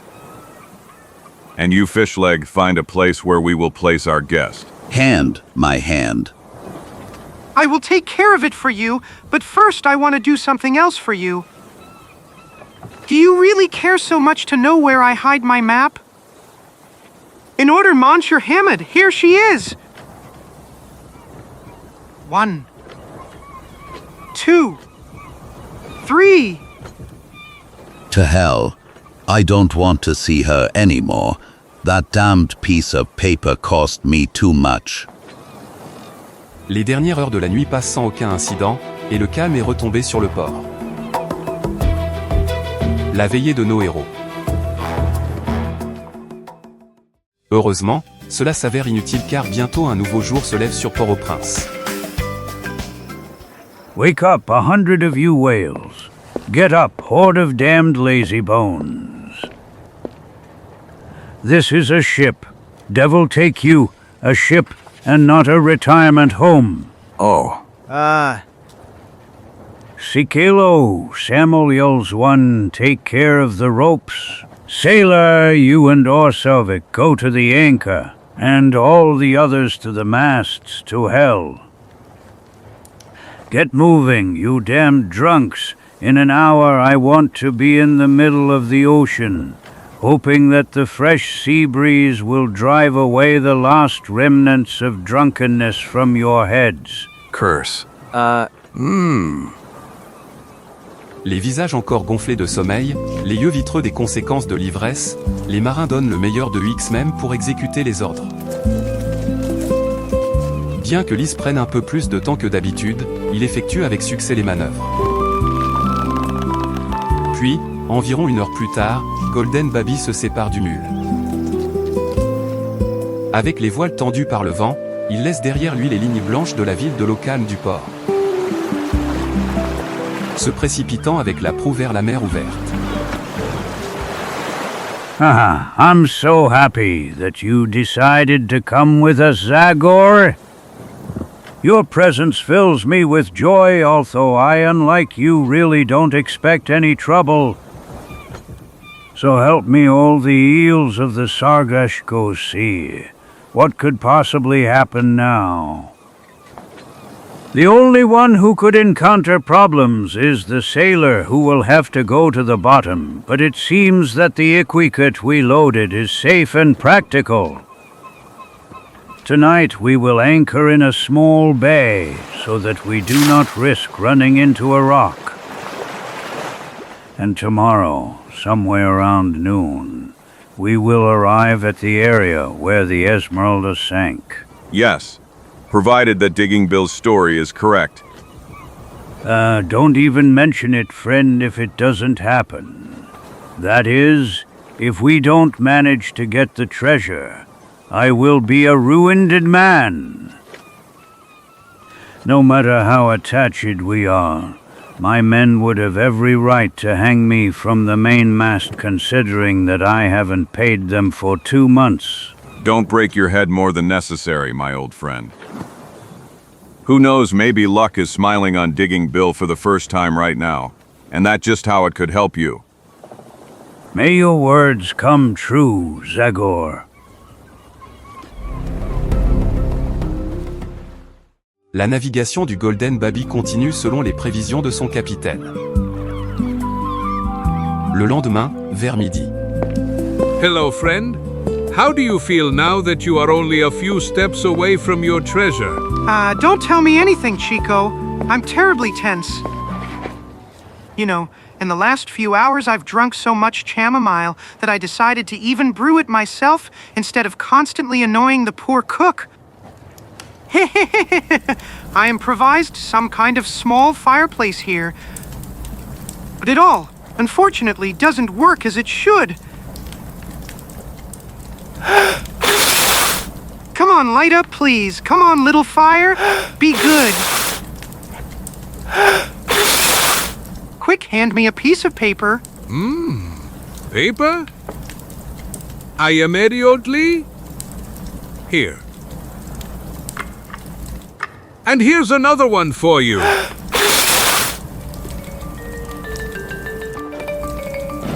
The map, my map.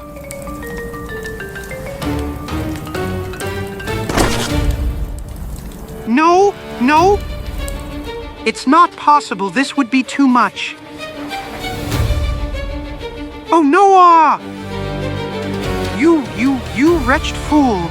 Do you understand what you have done? The map, what you gave me to burn, was a treasure map. But I didn't want to. I didn't know. No, I am destroyed. Or rather, no, not me, you are destroyed. Yes, you, because I will kill you, Mexican. I will chop you into pieces. No, wait, calm down. Just think for a moment, and you will see that. Gulp. Help. Help. I will tear you to pieces. You wretch, you're finished. Hold him. He's crazy. Crazy. Ah! 1,000 scalps. Damn it, who knows what he's done now? Stop, Digging Bill. What's wrong? What happened? You're asking again. It happened that I am a dead man, larva specters. Lend me your revolver, friend. I want to end this stupid life. No way, no way.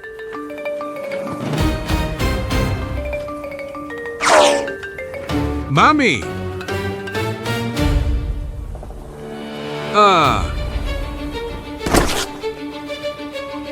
By all the drums of Darkwood, will you finally tell me what the devil all this means? Lie HH. It means that none of us will ever see those gold coins, Zagor. Did you understand? We will all remain epi-pocketed without a single cent broke. And you who are up there are risking your life, and you are left with nothing.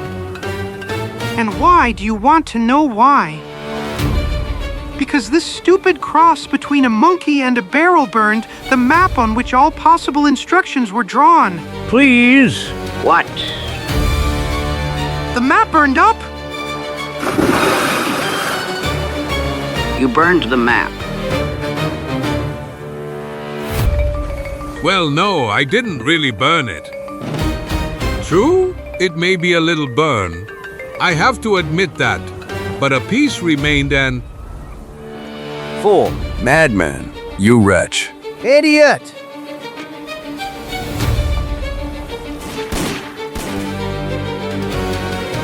A 1,000 scalps. Whose head must I put a bullet in first? Or yours, sailor, or yours, which is the biggest, or Sovic? But Zagor, he is. Do you understand that? I only know one thing, people. And that is that even if you dismember that scoundrel Čiko, you won't improve the situation one bit. Digging Bill, now finally calm down and try to answer my question. Considering that you've looked at that map a lot of times, is it possible that you don't remember a single useful detail that could help us get to the right place? PIH?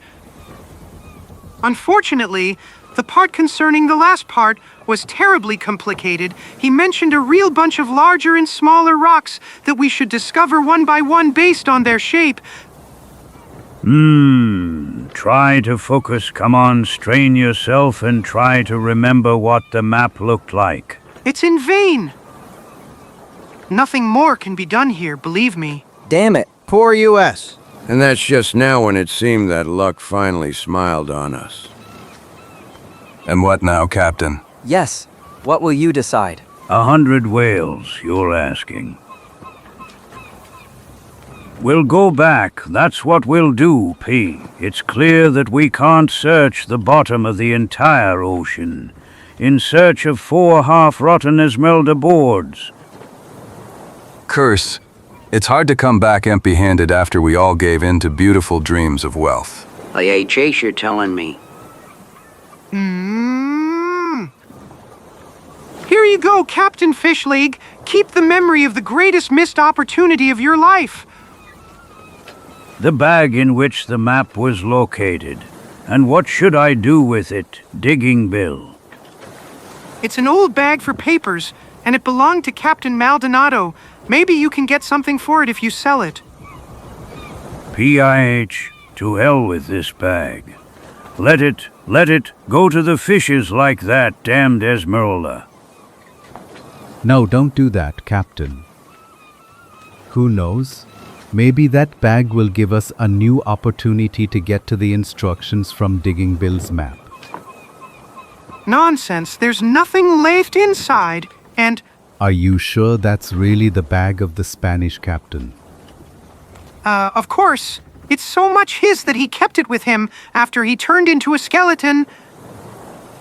Alright, in that case, I will try to perform a rather difficult experiment that some of my colleagues successfully performed in the Tibetan monastery. What? But what is this guy talking about? Maybe he went crazy because of disappointment and... You shut up!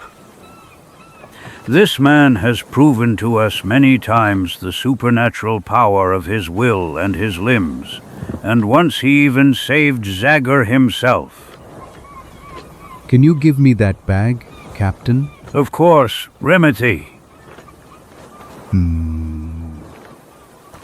As for you, everyone go back to your places. If everything goes as I hope it will, you will have to be ready to execute the orders you will soon receive from the captain. To hell. Okay. And just one more thing, friends. I need perfect peace in order to focus. And therefore, I ask for absolute silence. Will you take care of that, Captain? Yes, of course, Remath, of course. Une ambiance irréelle remplie d'agitation submerge soudainement le pont du Golden Baby. Et les gens prennent leur place et après restent complètement. Sans quitter des Yuramata qui, effectuant seulement des mouvements connus de lui, avait déjà apparemment commencé le rituel mystérieux. Des mots prononcés à voix basse dans une langue incompréhensible sont suivis par la pose des mains sur le sac. Et puis ses doigts passent lentement sur toute sa surface, pénétrant dans les plis les plus cachés de la peau, jusqu'à ce que son corps devienne entièrement immobile. But what has befallen him? It looks like he is. PSSST. Don't breathe, Digging Bill. Don't even breathe if you care about your life. Gulp! Un instant plus tard, seul le bruit du vent quittant lentement les voiles et les vagues qui frappent le flanc du navire perturbait le silence complet qui cachait tout. Avec les minutes qui passent lentement, le corps de Ramato ne donne aucun signe de vie. Aucun muscle ne bouge, aucune inspiration ne pénètre son corps maigre. En même temps, ses pupilles se dilatent et regardent fixement dans le vide. Et la seule preuve de l'effort effrayant qu'il subit représente la sueur abondante qui commence à couvrir tout son corps. Puis, ses lèvres commencent à bouger avec des mouvements apparemment mécaniques pour prononcer des mots qui instillent en un instant l'horreur, l'agitation dans le cœur de tous les présents. Estoy agui. Dewey genmi elam. Dewey gen kiwer. Hablarme? Qui m'appelle? Qui veut me parler? I speak Spanish. But how is that possible? Well, he never knew a word of that language. And not a voice sounds like his. Who is speaking? I am ready to answer. Spa. Qui parle?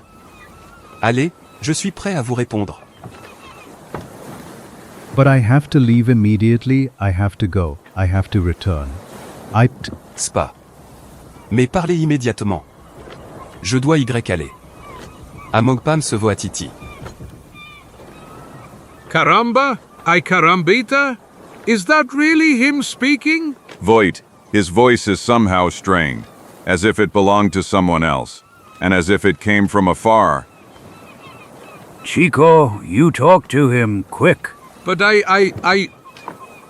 I'm afraid. Zagor, I'm all shivering from all this and... Enough, Fatso. You must talk to him in your language. Come on, immediately ask him all possible information about Esmeralda, clear? Yes, of course.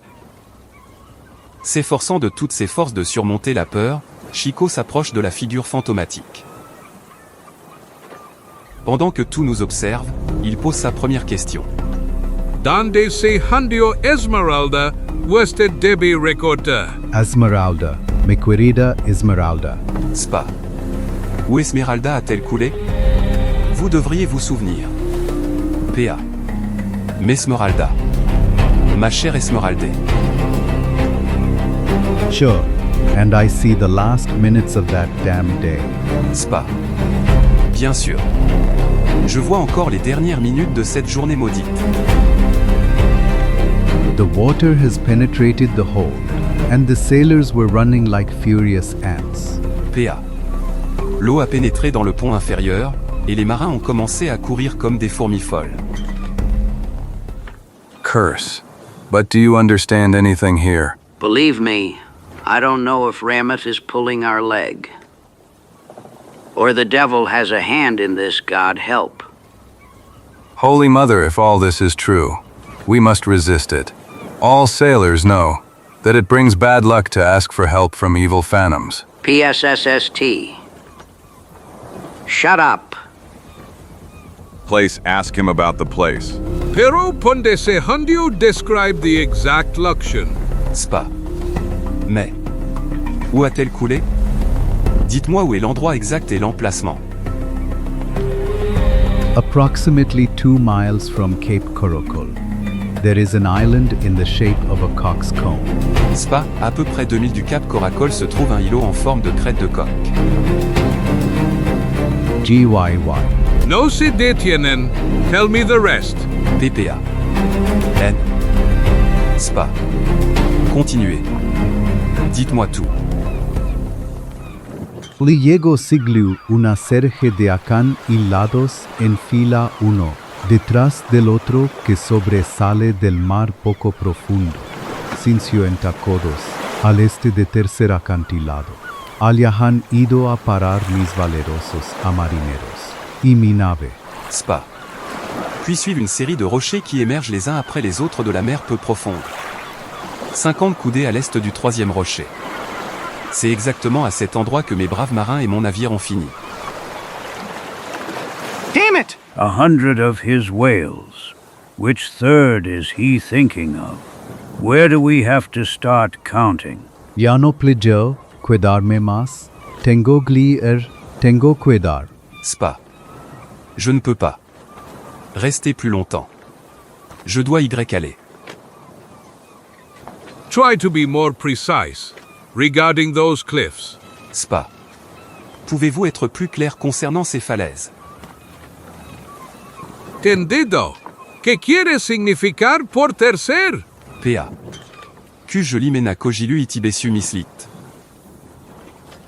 No, les dernières questions du petit Mexicain n'obtiennent pas de réponse. La bouche de Ramata reste scellée. Alors que ses traits de visage commencent progressivement à se détendre.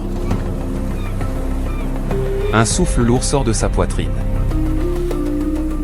Et puis un tremblement convulsif secoue soudainement ses membres.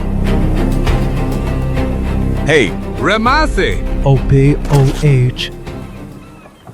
1,000 scalps his end, is it? No. Everything will be all right. He just fainted.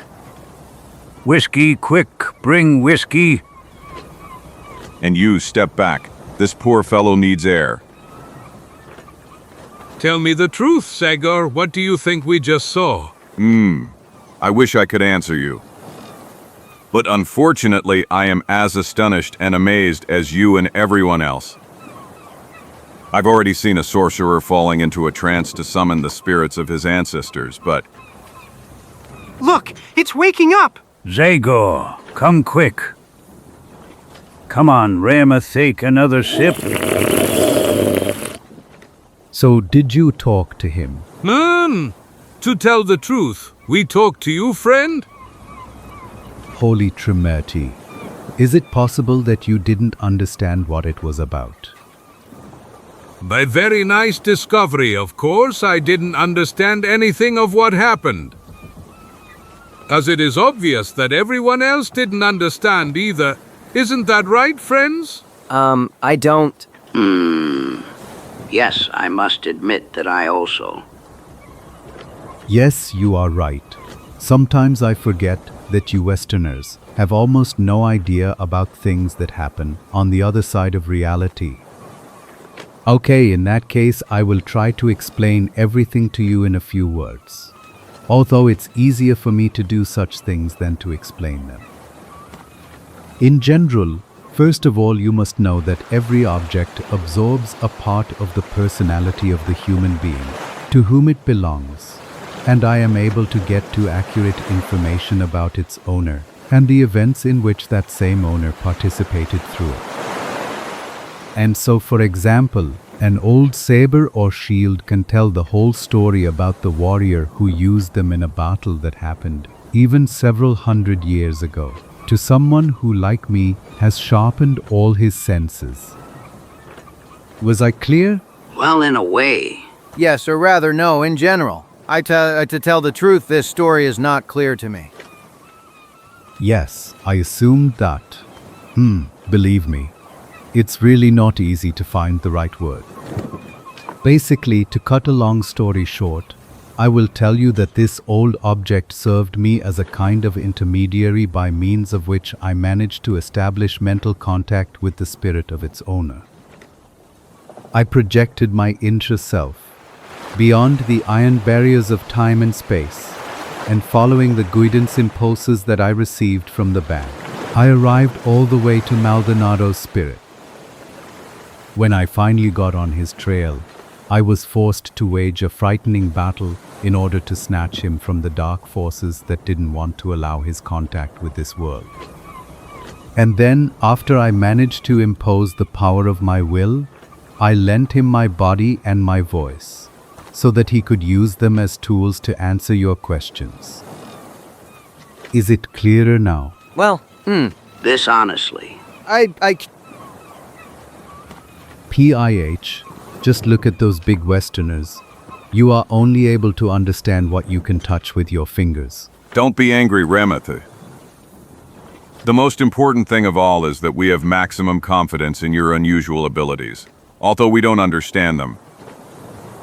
And we will prove that by the fact that we will immediately use the information we got thanks to you. Isn't that right, Fishleg? Of course!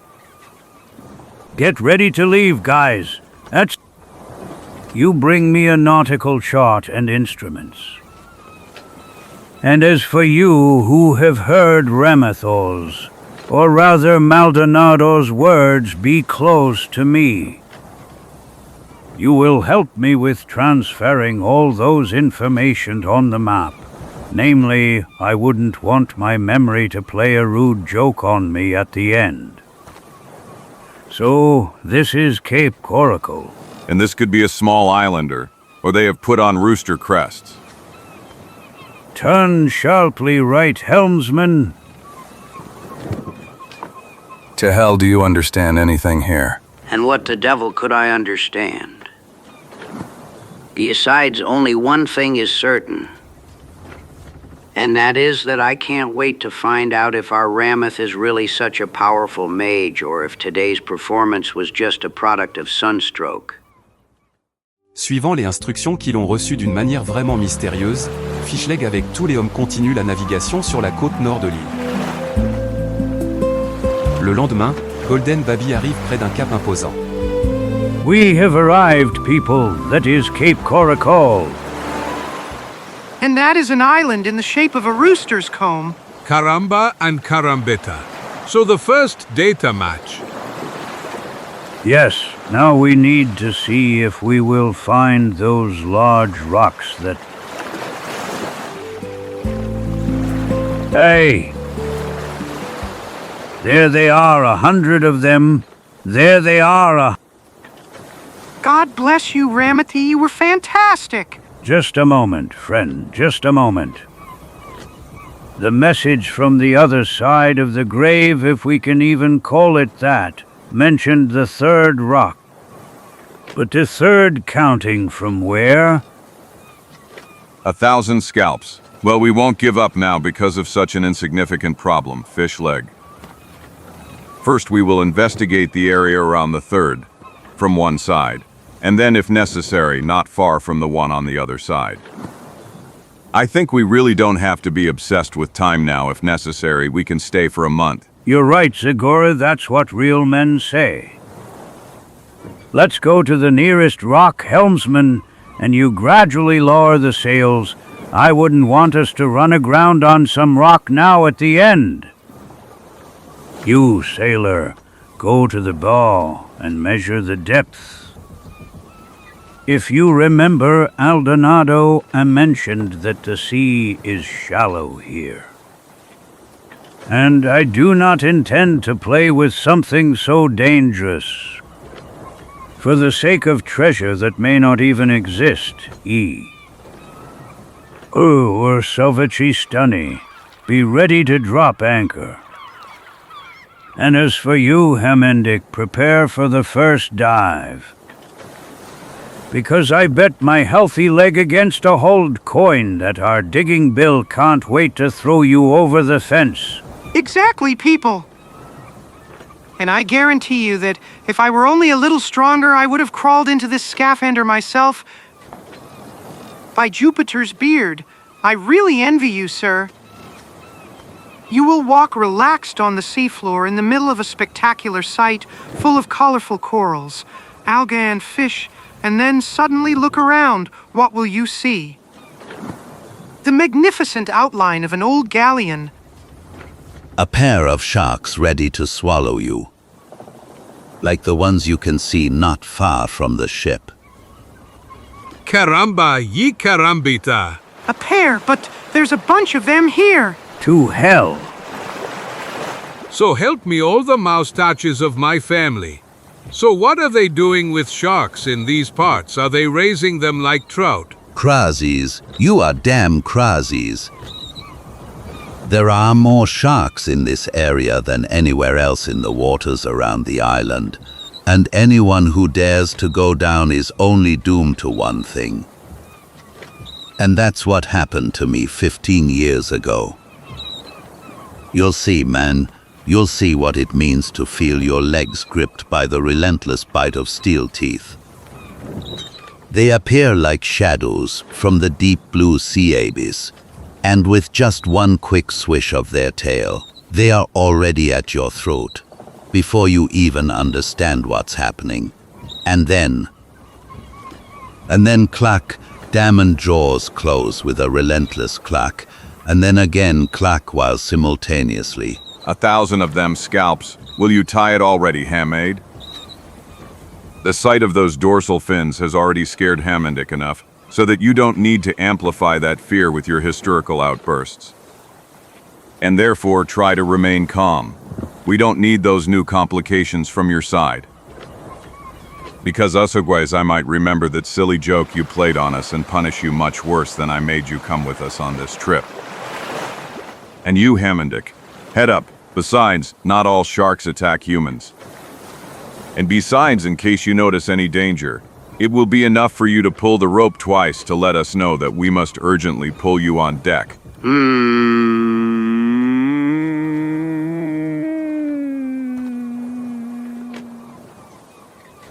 Les différents tons de couleur de l'eau révèlent la présence de rochers sous-marins et de bas-fonds menaçants, de sorte que le voilier avance prudemment en suivant les instructions de la pro. 210 feet, 18 feet. Jusqu'à ce qu'il se retrouve près de 3 rochers parallèles à la côte. Baissez les voiles maintenant. Vite. Drop anchor.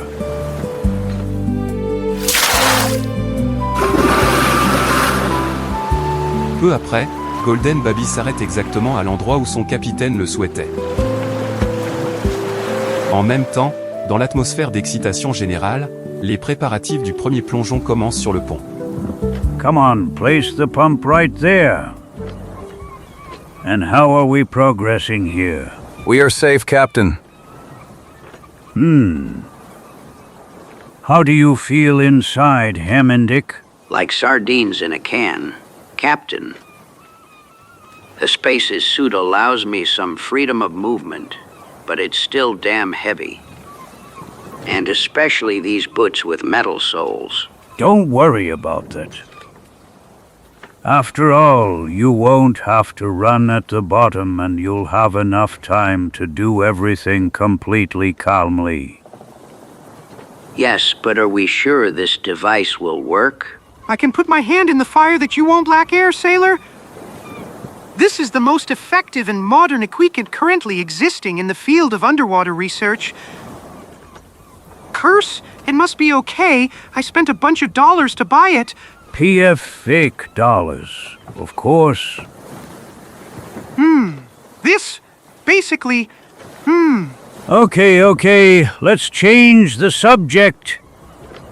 Good luck, Hammendick, and remember the agreed signs regarding the pulling of the rope. Don't worry about that. But please keep an eye on the sharks. Well, your colleagues, who are, as you can see, scattered everywhere with rifles in their hands, will take care of those on the surface. Yes, but what about those who are underwater?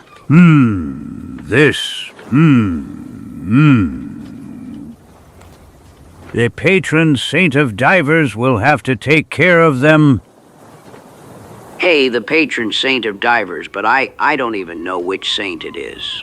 Hey, then pray to everyone, and then he will answer you himself. Good luck, Hammendick.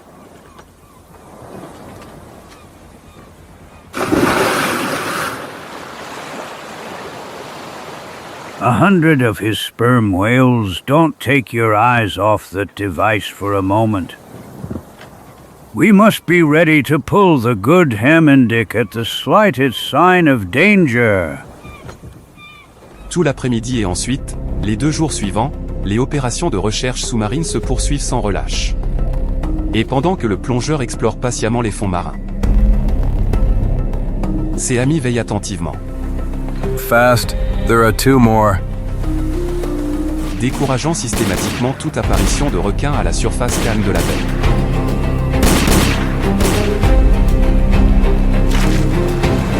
Yes, just like that, kill them, kill all those damn things.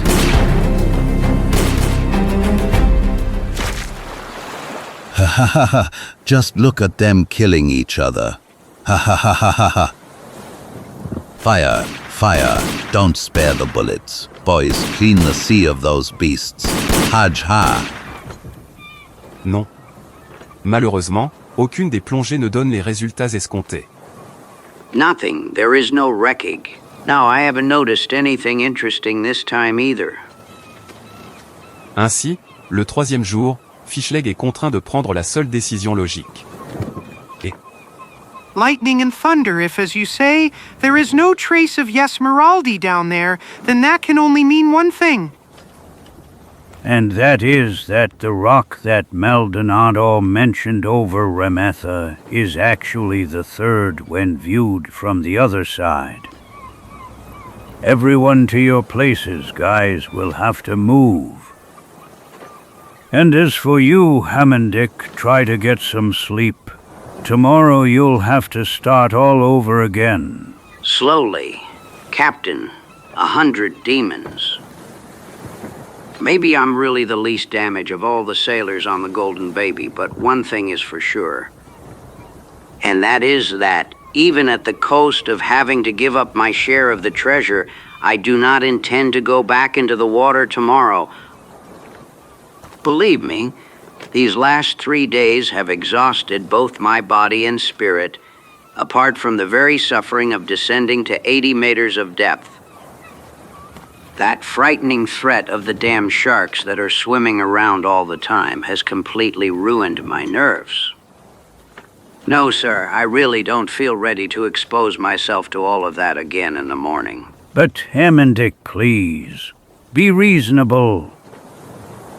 You are the only one who has the strength and at least some experience as a diver to be able to descend to that depth and at... Ah, that doesn't mean I'm ready to be without my own skin, Captain. Hamandic is right, Fishleg. I really think you deserve at least 2 days of rest. And besides, I believe that I, although I have never worn one of these diving suits, could do well in your role. Do you really think you could succeed? And why not, after all? I have already tested my lungs countless times in the depths of lakes and rivers throughout America, and I don't see why the sea should play some unfunny joke on me. Well, all right, in that case, you will once again have the task of getting us out of trouble. Weigh anchor, move! And you, devil, take you away. What are you waiting for? Unfold those sails. We will stop 50 meters from the 3rd rock on the east side, and pray to heaven that it is the right place if you want to get those back wages, and then the current and future pay. Damn it! Slowly I'm starting to believe that your fakir got drunk on kerosene that day. Hey, don't be such a pessimist, Digging Bill. If I don't find Esmeralda's treasure, I'll bring you at least 5 or 6 lobsters from the bottom. So you will be able to enjoy your last tasty meal before Fishleg and his crazed sailors hang you from the main mast. Gulp! Environ une demi-heure plus tard, le voilier s'arrête à un nouvel endroit. Et pendant que le navire se balance légèrement sur les vagues. La nuit de repos est devant l'équipage en attendant les excitations de demain. Bien qu'aucun d'eux ne parvienne même en rêve à se débarrasser de la pensée obsessionnelle du trésor. Finalement, le lendemain matin. And be ready with that air hose. with a rope. Judging by the collar, the sea should be even deeper here than yesterday. May God protect you, Zagor. Good luck. Be careful.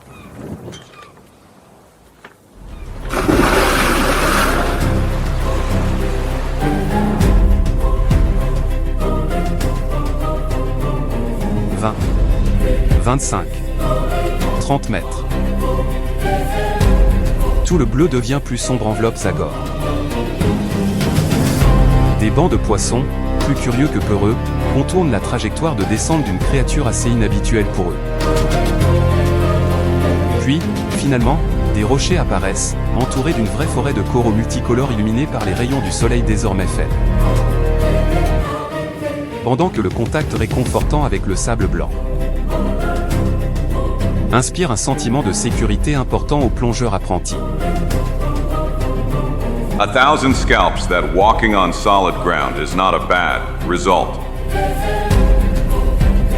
Although I must admit that I never dreamed that such a beautiful sight could await me here. World, a true new world. LD with its mountains, valleys. With frightening, but at the same time fascinating vegetation. And its mysterious, almost unreal inhabitants. Yes, practically I have to be grateful to that madman digging Bill. However this story with the treasure ends, I will be in debt to it because of this spectacular experience. Of course, under and provided that these gentlemen of not at all friendly appearance allow me to return to the surface.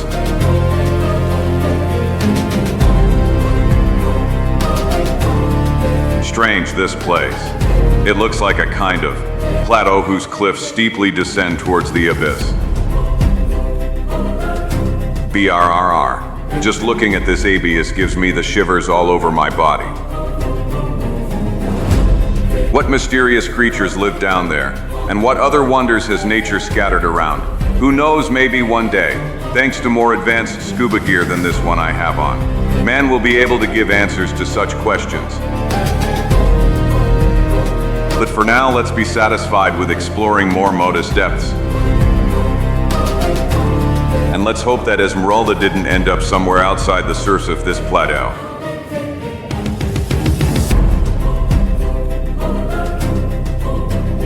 But this is fantastic. Absolutely fantastic. A galleon, a Spanish galleon. I can't believe my eyes digging Bill was right. And that damn Rameth was right too. This is incredible, really incredible. I must convey the news to the others immediately. I must share the joy of such a discovery with the others as soon as possible. Come on guys, pull me up and prepare whiskey for the biggest toast of my life. Hey, the signal to pull. So fast, damn it. Something must have happened to him. Come on, pull him out. Suivi du regard angoissé de tous ceux qui sont rassemblés autour du grand œil. Faster, faster. Et puis, l'inquiétude sur les visages se transforme d'abord en soulagement en voyant Zagor vivant et en bonne santé. How are you, friend? Something happened. Thank heavens, he's still in one piece. Et après l'annonce inattendue. PA, in some way, something really happened. Namely, I found Esmeralda. It is located right below us. S'ensuit une éruption de joie débridée de tous à bord. Long live Zagor. Yippee! Hurrah! Acre for MR Loaderer, or rather, Digging Bill. Aorama. But what about our fakir? True. And for him and for Rameth, hip hip. Ha ha ha ha. Hurrah. Just let me drink a cup of hot coffee, and then I'll be ready to dive again. Did you hear Gaston? Run to the kitchen. I'm flying. I'm already flying. Hey, Gaston. Yes, my captain. Since you're going down there, bring those last 3 bottles of Scotch whiskey. I think this is a great opportunity to drink them. Hurrah.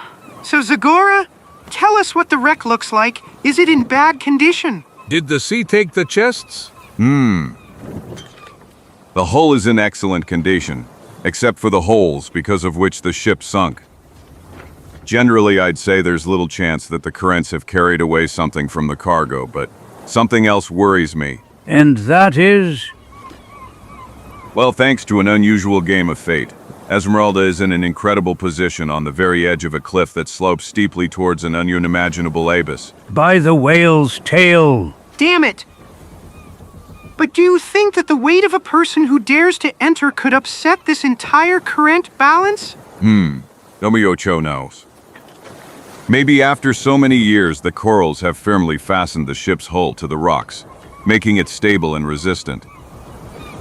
Well, the cow will be that at my first step, Esmeralda will plunge into the abyss, taking with it, besides the treasure, also my humbleness is not excluded. Caramba! Y carambita! Devil. In that case, I can't allow you to expose yourself to such a risk, Zagor. I have discovered the treasure, and I must put my life at stake. That seems fair to me. Give the diving suit here. UF Puff Pant. Hey! Lie HH. Curse.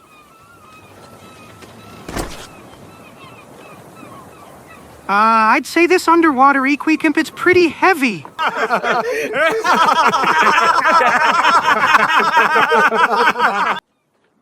Et ainsi, suivi par les regards inquiets de ses amis, Zagor saute à nouveau intrépidement dans la mer. Puis, après être arrivé au fond, quelques particularités qu'il avait retenues la fois précédente. Il l'aide à trouver bientôt l'épave du galion.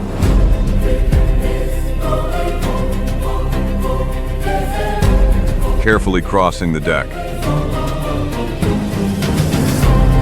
L'esprit à la hache descend les escaliers qui mènent au pont principal. Après avoir traversé un court couloir, il arrive bientôt dans une pièce spacieuse dans laquelle les traces de l'ancien décor somptueux n'ont pas encore complètement disparu. This was certainly the captain's cabin. Oh, here's another bag like the one Digging Bill had found, S.Ep. Every seam is sealed with wax to make it waterproof. Who knows, maybe there is another important document in it. And it was simply forgotten here during the abandonment of the ship, which was threatened with sinking. Let's take it with us. After all, curiosity has always been my incorrigible flaw. And now the famous chests. I will try to find them as soon as possible. 1,000 scalps. It seems to me that I hear a certain creaking that doesn't calm me at all.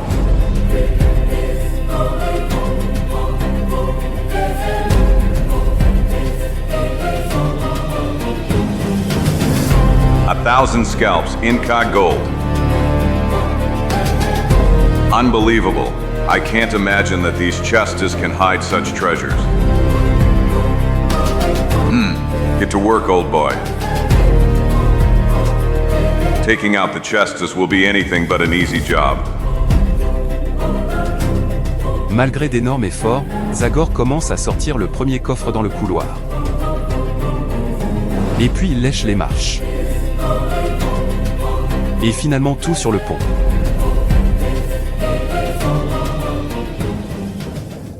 He pulled it 3 times. That's a sign. Lower the cargo net into the sea. Quick.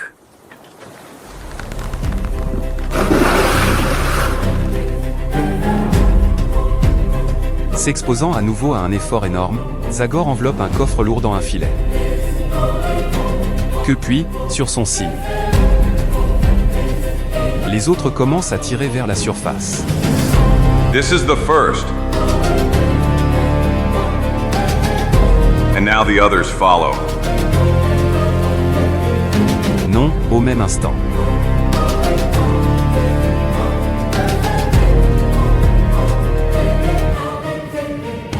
A 1,000 scalps.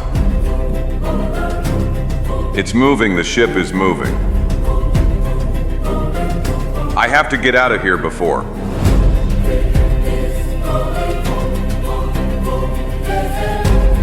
Quick, get me out, guys. Save me from this trap.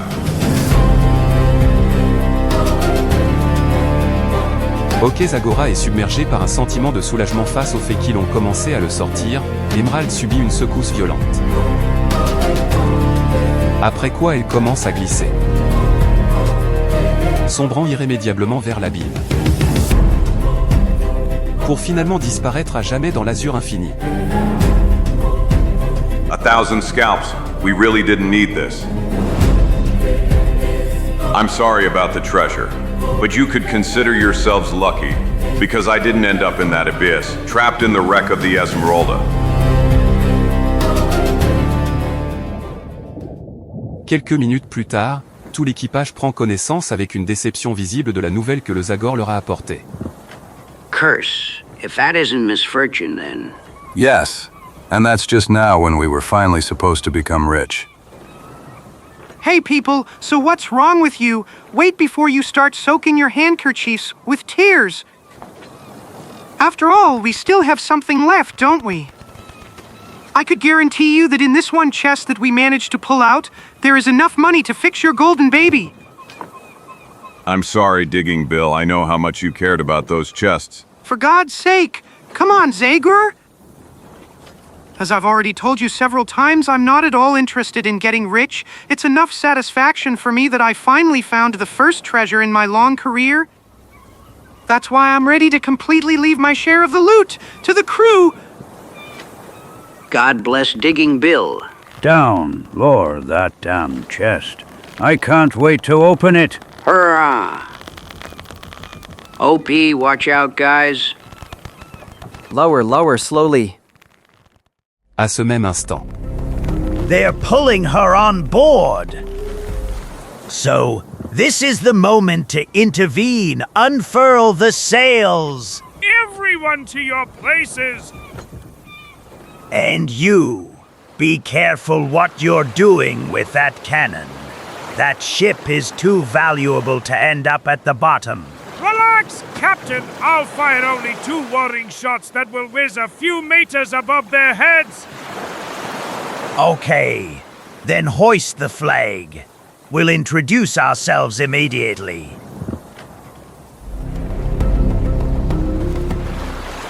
Slowly lower it a little more. Okay, now we have it. Quickly, remove that net. Damn how heavy it is. Hey, who the devil are you talking to? Gold is never too heavy. You are right. This chest suddenly seems like the most ordinary feather to me. H-A-J-J-J-J. Hey people, but look over there. Damn, we have a visit. Gallon, but where the hell did it appear from? From the Maritime Museum. Obviously it was behind some of those rocks. That's why we didn't see it. All Saints, but do you also see that flag? Jolly Roger. Pirate mark. Ainsi, on appelait le pavillon pirate typique avec un crâne. Captain, what is this now? Yes, and what ship is this? It seems that it wants to approach us. Calm down, guys, calm down. It's certainly a joking crew that just wants to joke at our expense. So they despited that black cloth too.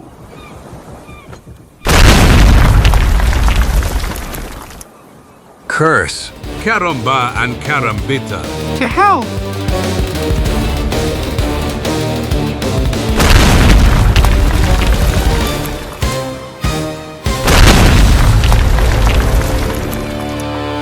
Watch out. Devil!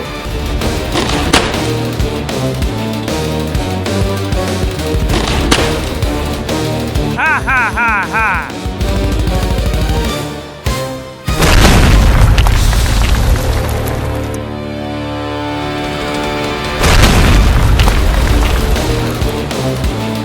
Captain. 100 whales run to the arsenal, guns in hands. Who the hell is that? 1,000 scalps if those are your friends. Hamade, I will. No, I swear to you. I know nothing. I have never seen that old ship before. Hey, you on the ship, listen carefully. Now we will approach you and I will come visit you with some of my men. Well, first I want to see that you have all gathered on the rear castle. You have 2 minutes to execute the order, and I warn you to pay close attention to what you are doing. Because after the expiration of that deadline, our cannons will sound again. But then they will not do it to intimidate you as before, but to kill you. What are we gonna do now? I don't. What do you think, Zagor? Unfortunately, I'd say we have no choice at this moment. Unless you'd rather end up in the sea with a ship turned into a sieve. Of course, I don't want that. Devil take them. Did you hear, guys? We must obey them, do as that guy said. But what will we do then? Yes, what will happen then? Damn it, we really didn't need this. Let's go, you take care of Hamid, Čiko, and don't let him out of your sight for a moment. Because no one can get the idea out of my head that he also has a hand in all of this. Peu après, tout l'équipage, tendu et complètement surpris, se rassemble à l'endroit indiqué. Pendant que le navire de leur agresseur, par une manœuvre à droite, s'approche de Golden Baby. Sur quel pont, un instant plus tard, arrivent plusieurs personnes armées jusqu'aux dents. Great. I like you like that. Believe me, it's a real pleasure to deal with such reasonable people. Of course, I do not deny that the weapons of my sailors are quite outdated. But I guarantee you that it can still suffocate any attempt at resistance. In a situation like this, as the captain of the Golden Baby, I think I have the right to at least some explanation. Who the hell are you, and what do you want from us? Yes, what is the purpose of your disguise? Ha ha ha! How many questions, my gentleman? Generally, I am in a good mood today. This is a great success for me. The day I have waited for all my life. Therefore, I will be patient and lenient towards you, to whom, after all, I owe my current happiness. My name is June Malot, but to everyone, both friends and enemies, I am much better known by my nickname, Captain Snake. Jane Malot. The guy who sunk the Esmeralda. Well, I'm not really that namely, although I must admit that I already have some gray hairs in my beard. Yet I still haven't turned 300 years old. Ha ha! I am his direct descendant, just as all these people belong to the line of those who ruled the Caribbean Sea back when Spanish galleons sailed to Europe and back. From the day Esmeralda sank without a trace in these waters, the first Captain Snake swore that he would devote all his time and all his strength to finding that treasure to which he believed he was entitled. But at the moment when he felt that the end was slowly approaching, his search still had not yielded results, so he decided to oblige his descendants to fulfill what had become a real obsession for him in the last years of his life. And so, from generation to generation, there was always some Captain Snake who, bound by a firm oath, devoted his existence to the search for that famous wreck. Like his father, his grandfather, and all the others. And I also had to give my word, and therefore I also remained living on an island called Peglina Tortliga, although I was aware that not far from that place there is a much more attractive world. Day after day, For years, I imitated my predecessors, collecting every piece of news that could bring me new, useful guidelines about the location of that damned galleon. And I destroyed my lungs exploring these depths that were never favorable to me. From time to time, other ships also came here who were exploring this area of the ocean with the same intention. Of course, I secretly followed them all, hoping that it was about people with some new accurate guidelines, ready to attack them in case they succeed in what generations and generations of my ancestors did not.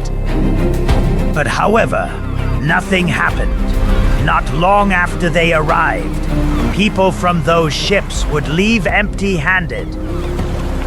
And I slowly began to accept the fact that I wouldn't be any more successful than my predecessors. And I had slowly already begun to prepare my only son to take over the family obligation when I saw your ship.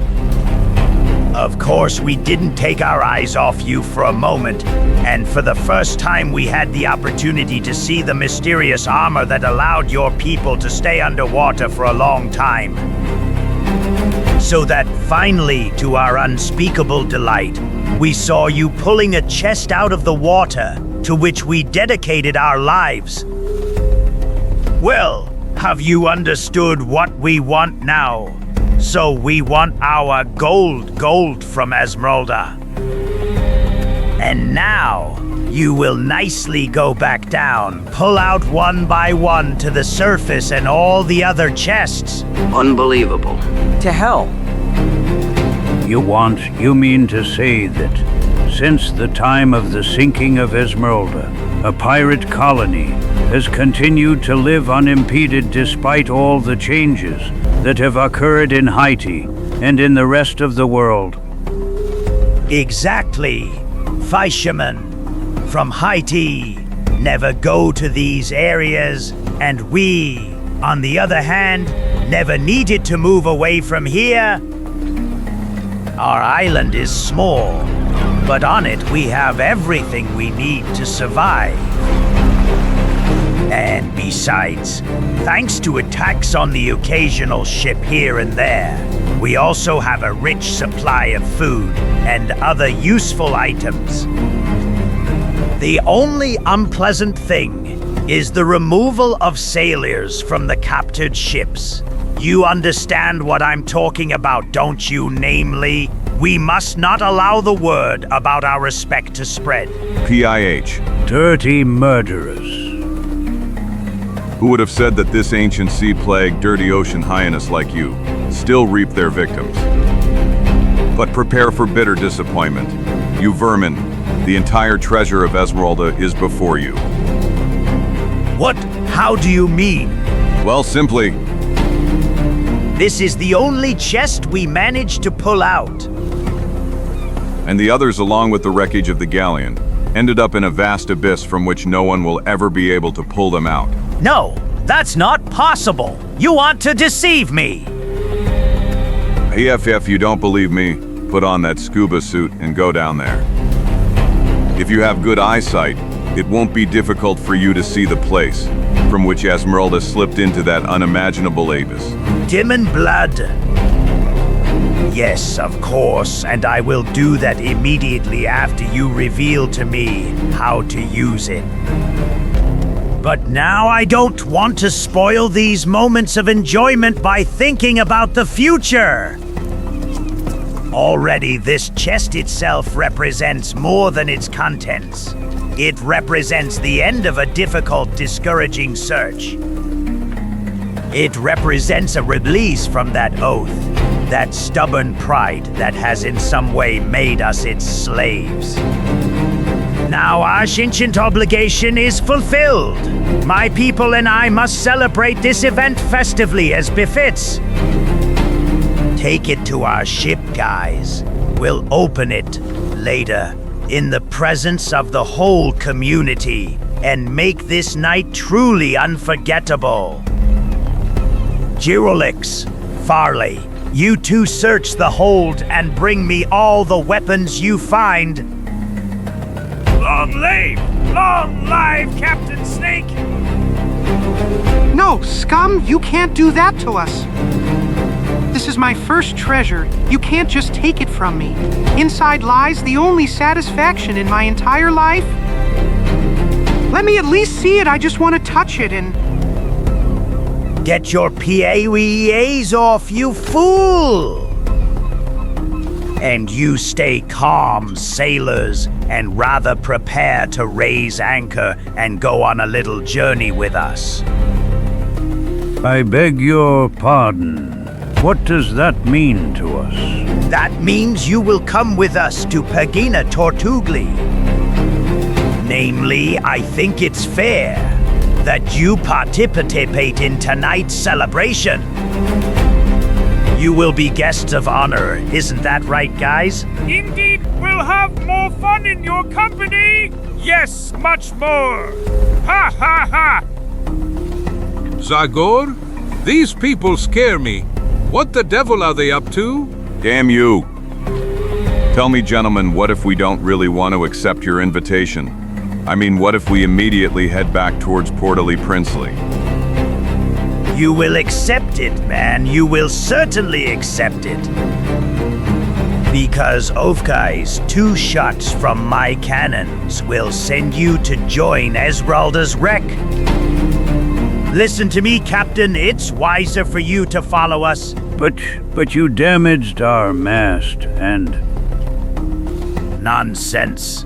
The voyage will be short, and the sea is calm, so only these remaining masts will be enough for you. To the skiff sailors. To Peguinmu Tortuga Hombres. Long live Captain Snake! To Peguinu Tortishalka! Entre-temps, le navire pirate s'éloigne, et les marins du Golden Baby, sous la menace des canons, commencent à se préparer pour la navigation. Bientôt 2 navires commencent à naviguer non loin l'un de l'autre. To hell with you and the moment you appeared in Haiti. Look at what a damn mess you've gotten me into, dragging me away from my home. We will all die. Those bloodthirsty wolves will kill us as they did with all the other prisoners. You heard it too, didn't you? Their leader said it clearly. May Allah strike him and all his scoundrels. Stop it, Hamade. Besides, you got yourself into this trouble because of that damn treasure. And that's why you calm down now and don't create new problems for us. By all the drums of Darkwood. What do you think awaits us in their lair? I know as much about it as you do, friends. What if we try to escape? We could use the element of surprise to gain some advantage, and... Get it out of your head. Digging Bill. With the sail in this condition, they would catch us in a few minutes. And those damn cannons of theirs, although they are museum pieces, would sink us in an instant. Le navire de nos héros suit la route du galion pirate qui navigue calmement sur le miroir bleu qui révèle de plus en plus souvent des récifs menaçants de rochers tranchants. Environ 1 heure plus tard, après avoir laissé derrière eux un long cap, la forme caractéristique de Pequen Tortuga apparaît devant eux. Hey! You on Golden Baby! Get into that straight! And then drop anchor in the small bay that you will see there if you are interested. It is 20 feet deep. And... Listen to me carefully, my good fish leg. This is the moment to separate. What? Well, although I don't know what awaits us on their island, I think it's good that at least one of us remains free. That's why I will jump into the sea here while the hull of our ship still hides me from the view of those pirates. If everything is okay, I will join you soon. Otherwise, you can count on my help, although I can't do much against all those scoundrels. May heaven help us, friends. Wait a moment. But Zagor, Mots, chaque mot est déjà 20. D'un saut habile, l'esprit à la hache saute par-dessus la clôture. Et disparaît dans la mer. À peu près une minute après être sorti d'un rocher qui émerge à peine de la mer. 10 minutes après cela, 2 navires jettent l'ancre dans une baie calme. 3. Sur les rives de laquelle se trouve un bon nombre de cabanes d'où sortent des dizaines de personnes curieuses et joyeuses. Captain Steak. Has Captain another ship? Hi AI, hi our leader is a capable guy. Bring rum, women. We have to celebrate this. Welcome back, Captain Snake. What are you bringing us this time? Effects, spaces, weapons. Ha ha ha ha, ye Jade. Watch out for your hearts, old men. Because this time they might burst with excitement. I'm bringing you many prisoners who will be able to work in the sugar cane fields instead of you. I'm bringing you new weapons that we will all soon be able to use instead of the old stuff we've had so far. But I'm bringing you something else. Look. Chest with gold from Esmeralda. No, it's not possible. But it's not possible after so many years. I can't believe. Ha ha! You'll believe it when we shove your nose in tonight. Put the chest on a large clearing in the middle of the village and get to work. I want a big celebration with a mountain of food and streams of rum. Hoorah! Cheers! But and the prisoners? Tie them up well and put them in a cabin. And they will be part of the fun, right? Aren't they? Peu après, sur la clairière au centre du village, les préparatifs de la fête annoncée commencent. Bientôt, les flammes sur lesquelles cuisent de délicieuses spécialités, les lieux sont occupés par des hommes de galiote. Autour desquels les femmes de la petite communauté pirate circulent avec soin. Avec le temps qui passe, l'augmentation de la quantité de boissons consommées, le rire et le chant deviennent de plus en plus forts et débris. Pendant que les prisonniers suivent les événements remplis d'inquiétude.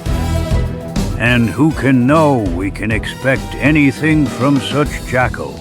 What will they do with us now? Qui se révèle bientôt fondé. The chest! Let's open the chest! Yes! Let's finally look at the color of our blessed gold! The lock is a little rusty, but I bet it won't take me long to...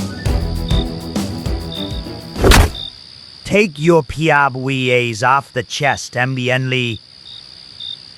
Devil's blood. I'd say that the honor of opening it belongs to me, after all. Captain Snake is right! That's right! That's fair! Well, I want to enjoy a little more in sweet anticipation. Opening the chest must represent the climax of the celebration. Now we should continue to have fun. Do you want me to play you another song, Captain Snake? Damn, are those your usual complaints suitable for such fun, guys? Then let the girls dance for us! PFT. Really a great idea. Take a better look at your girls. That's a real horde of ugly women for whom youthful beauty is just a distant memory. No, we need something really exciting. Exciting like blood. Blood, agony, and death. A feast for sharks! That's right. You finally understood. Lightning and thunder! We haven't played that game in a long time! That's really a great idea! What are we waiting for, then? Place the logs between those two rocks. Immediately, Captain! and you Loopsku throw a sea of bloody meat to lure our sea friends. And you go get 2 prisoners. We are already flying, Captain. But be careful. Choose those in the worst health. The others will have to serve us for work in the fields. No problem. I've already spotted 2 who don't promise much as workers. Bring more rum, women, and be more cheerful. This is the biggest celebration. Peu de temps après, un cortège bruyant monte le sentier qui mène au sommet de la falaise. Traînant derrière eux 2 voyageurs effrayés avec Golden Baby, accompagnés d'une foule d'insultes et de provocations. Hey, Captain, what do you say about this one? We've never had anyone on wheels before! Ha ha ha ha ha! Ha ha ha ha! All the better. It will be more fun that way. Eve, I wonder if our friends will eat his wheelchair too. You can bet they will. They are so stupid and gluttonous that before they even understand what's happening, they will swallow the cushion and the wheels. But what do you intend to do? Let me go, please. I'll pay you as much as you want. I am the richest mentrant in Haiti. I will secure you money, clothing and food. Yeah, you definitely want to secure food, friend.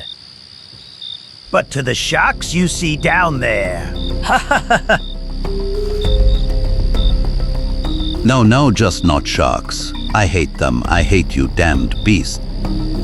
They've already got my legs. I don't want to die like this. Not in the jaws of sharks. Shoot me instead. I beg you, you kill me. Ha ha ha ha ha ha ha ha ha ha. Please, stab me with your saber. For God's sake. Why are you such a pessimist, friend? Besides, it is not said that you will end up... Namely, with a little sense of orientation and a bit of luck, there is a probability that you will cross from one end of these logs to the other. If you succeed in that undertaking, we promise that you will no longer have to fear us. Please don't be so cruel. No. Et ainsi, le jeu cruel commence.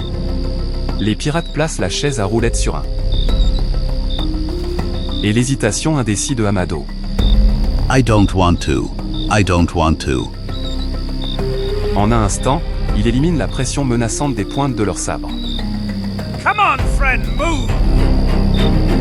Come on, salvation is only 10 meters ahead of you!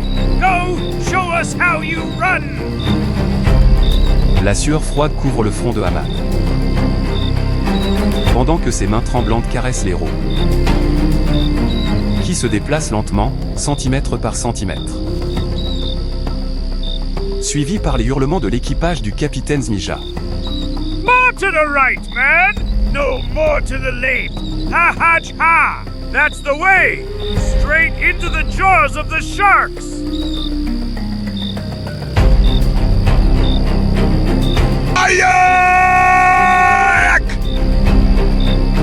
Hey, but who the devil? Hold on tight, handmaid!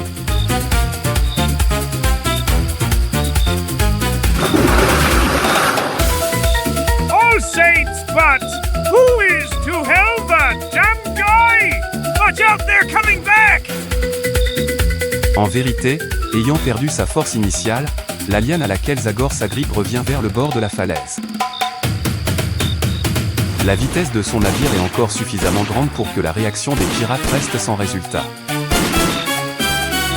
Un instant plus tard, Zagor et Hamad disparaissent déjà dans la végétation dense. But what? Calm down, handmaid. It's me, Zagor. You, God bless you. You saved me from... Enough talk, handmaid. I would have preferred not to have had to choose between you and one of Fishley's men, but you were first and now I can't go back. We have to flee. Devil's blood. Catch him. I want to see him in my hands in 10 minutes at most. But are we sure that's a man? He appeared like a specter and... Yes, and there's that inhuman scream that. Nonsense. That was the sailor who was showing off on the deck of the Golden Baby and who clearly found a way to escape. Lupescu Alberta Jeffe, you after him immediately. They remained behind me. Let's go back to the village. I need more drink. Damn it, we didn't need this. Damn dog, son. He ruined our fun. And what are we gonna do with this? Are we gonna bring him back? The devil. I've lost my desire to play. But I think the sharks have a right to a feast anyway. No.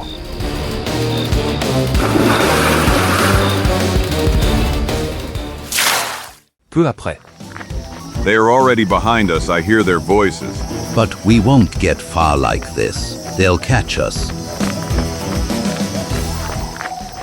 Well, believe me, I have no intention of waiting for my lungs to burst while carrying your considerable weight. As soon as I find a suitable hiding place, I will leave you there. How I would dedicate all my attention to that pack of hyenas. Why, you will leave me in the forest. Yes, but only until the moment I solve this damn story. And then if everything as I hope is in order, I will personally come for you. Try to stay calm, handmaid. I'll try. Quelques instants plus tard. Damn it, it seems he's disappeared. But he couldn't have gone far carrying that fatty with him. You're talking nonsense! It is perfectly clear that he hid in some bush under some fallen log, maybe only a few steps away from us. So what? I suggest we go back and continue the search in the daylight. Your proposal is really great. If we return to the village empty-handed, Captain Snake will give us 20 lashes on the back each. And 40 if he's in a bad mood. Okay, then let's get to work a little more. Come on, let's peep into that wood. But without unnecessary risks. The first one who sees something suspicious should call the others. Count on it. Curse! I don't like at all the thought that I could leave my skin here at the moment when down in the village is the treasure of Esmeralda. Where are you, damn you scoundrels? Come out! Get out of your den! To hell!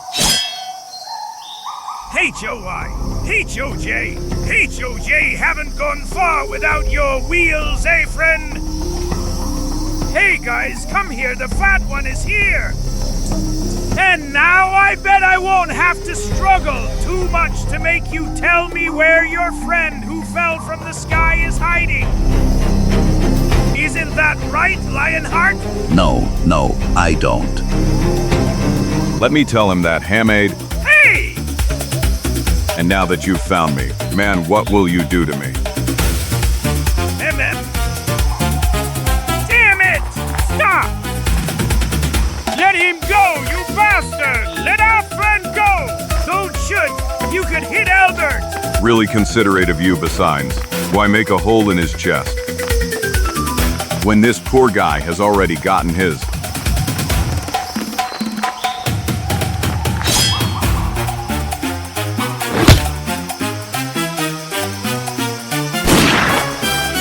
You aim badly, friend! Don't fool yourself, you bastard! Because I can still take your head off! P.I.H. Good! Okay, and now. I have to prepare enough lianas. Then tie up these three, so that even if they manage to wake up, they won't cause us any more problems. And as for the other pirates, you don't have to worry anymore. I can guarantee you that they won't bother us anymore. considering that they won't have time to leave the village and come here. Ayak! Ayak! Curse! Did you hear that terrible scream again? Devil's blood? That means our friends still haven't found him. Or unfortunately, they found him. Come on, don't exaggerate, Albert. Lupsku and Jeff are not such softies that one man could take them down.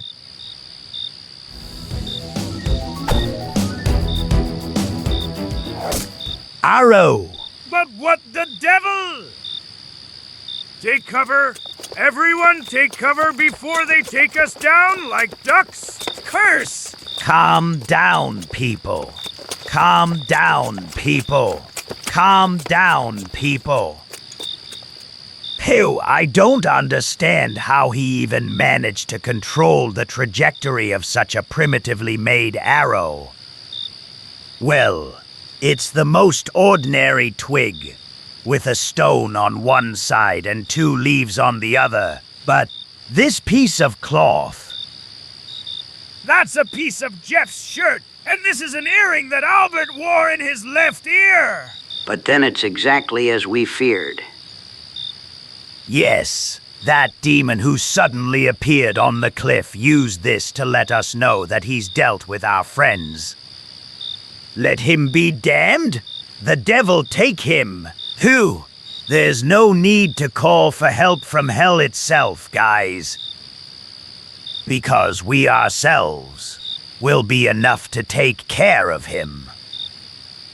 Bjolix, bring those strained rifles that we found on the Golden Baby. Immediately, Captain Snake! You Hooper, bring out one of the sailors! Anyone! Okay, Captain! Something tells me that this weapon, if handled skillfully, can prove to be devilishly effective. And you women, you old people, get away from here and close yourselves in your huts. As long as we don't cut off the head of that demon, danger will hang over the village all the time. Children, take the children. Déjà assez effrayés, les habitants de Pegona Tortuga exécutent sans maudire l'ordre, après seulement quelques minutes de confusion générale. La scène de la fête joyeuse reste effrayantement déserte. Here's the man you were looking for, Captain Snake! Untie his hands, Hooper. Come on, sailor. I offer you an opportunity to earn more favorable treatment regarding your future stay on the plantations on the island. And what is asked of me in exchange for such an honor? Nothing special, man. Just a few explanations regarding the handling of this weapon that we see for the first time. My guys handle muskets brilliantly, but if the forest is burning, one of yours deserves special treatment. Ha ha ha ha. I don't believe that bullets will be enough to save you from Zagor's wrath, pack of jackals. But if you really want, I'll show you how to handle a Spencer. Look, here in the butt is a container that can hold about 10 bullets. And this movable lever here is used to eject the empty casing, and at the same time it also insets a new bullet into the barrel. It's a very simple principle. Now you'll see. Like this, you inset the bullet into the barrel. And then you press the trigger. Then again, a bullet into the barrel. Fire again. Haha. Where are you running, you damned rats? Hey, you wanted a lesson in gun handling, didn't you? Well, here it is.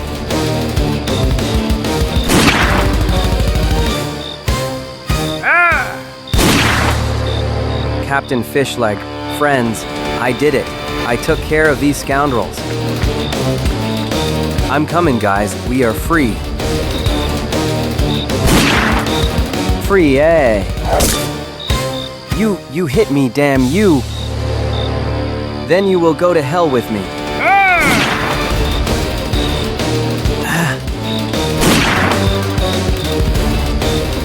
Damn thieves, Fool, damn fool. PIH, here's what you achieved by playing the hero. Captain Molby is dead! Hey, Gaston! To hell. Call the women and let them take care of those who are still alive. And the rest of you, come with me. We must not forget that our enemy is still out there, somewhere. No, now we can finally use against him the weapon with which we learned how to handle at a terribly high price.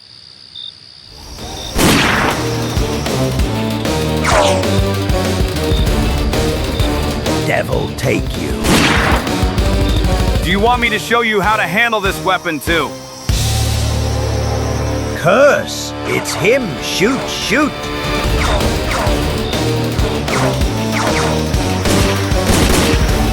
Oh! The shelter, 100 demons, and his pistol fires more shots without reloading. Guns! Take new guns! Easy to say! Don't you see? They remain by the treasure chest! Yes, and with that guy who settled in that tree crown, they won't be easy to get! Team up for you damn fools! Come on, let someone run out and bring the guns! Will you, Barrel? And that seems crazy to me, and... All Saints, since when are my orders being discussed? I will do as you say, Captain Snake! That's the way, Barrelild. Until then, we will open fire all together, so that we prevent him from hitting you. Is he still up there? That's the problem, Captain! It seems that he has disappeared again, the vegetation as if it swallowed him! Who knows? Maybe we hit him. Yes, that's right. Or maybe we scared him so much that he gave up on any further attack. That's not a very likely assumption, considering that he has shown he has got so far. Anyway, we'll find out soon. Go, Barrelt. We've got your back. Yes, of course, Captain Snake! The devil take this madman! He had to entrust me with this task! Luttant contre la peur, l'inconfort, le pirate sort à l'air libre. Mais au moment même où, après une courte course, il n'était plus qu'à quelques mètres de son but. Une occasion s'envolera des ténèbres. Malgré la grande vitesse. Il atterrit extrêmement habilement et légèrement. I have the impression that the same idea occurred to both of us, man. But something tells me that only I will be able to achieve it. That's him! Damn it, fire!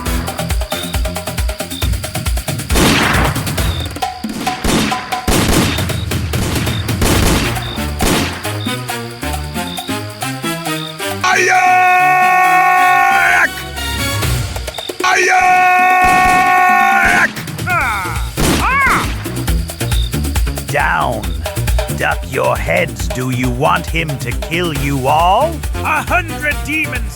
That will certainly happen if he continues like this!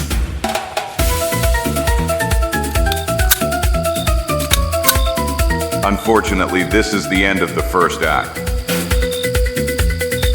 And now we will have to prepare for the next one. Gawain Challenge. He took the guns and runs towards the hut where the prisoners are! No, not just that. We must stop him.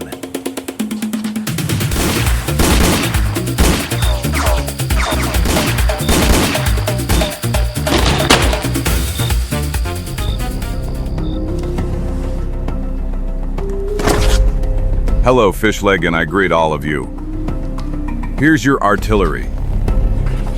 And now show me that you know how to handle it. With pleasure, Zagor. 100 whales. They will pay us for everything they have done to us. That's right, and they will pay us for the death of our friends. Ah! Curse, he's dead too! Take cover, everyone. Take cover. This will end in a massacre, Captain Snake! True. 100 demons. More than half of us are already out of action. And now that they also have guns, the situation has become even more dramatic. What shall we do, Captain? I don't know. People, I don't know. Devil take you.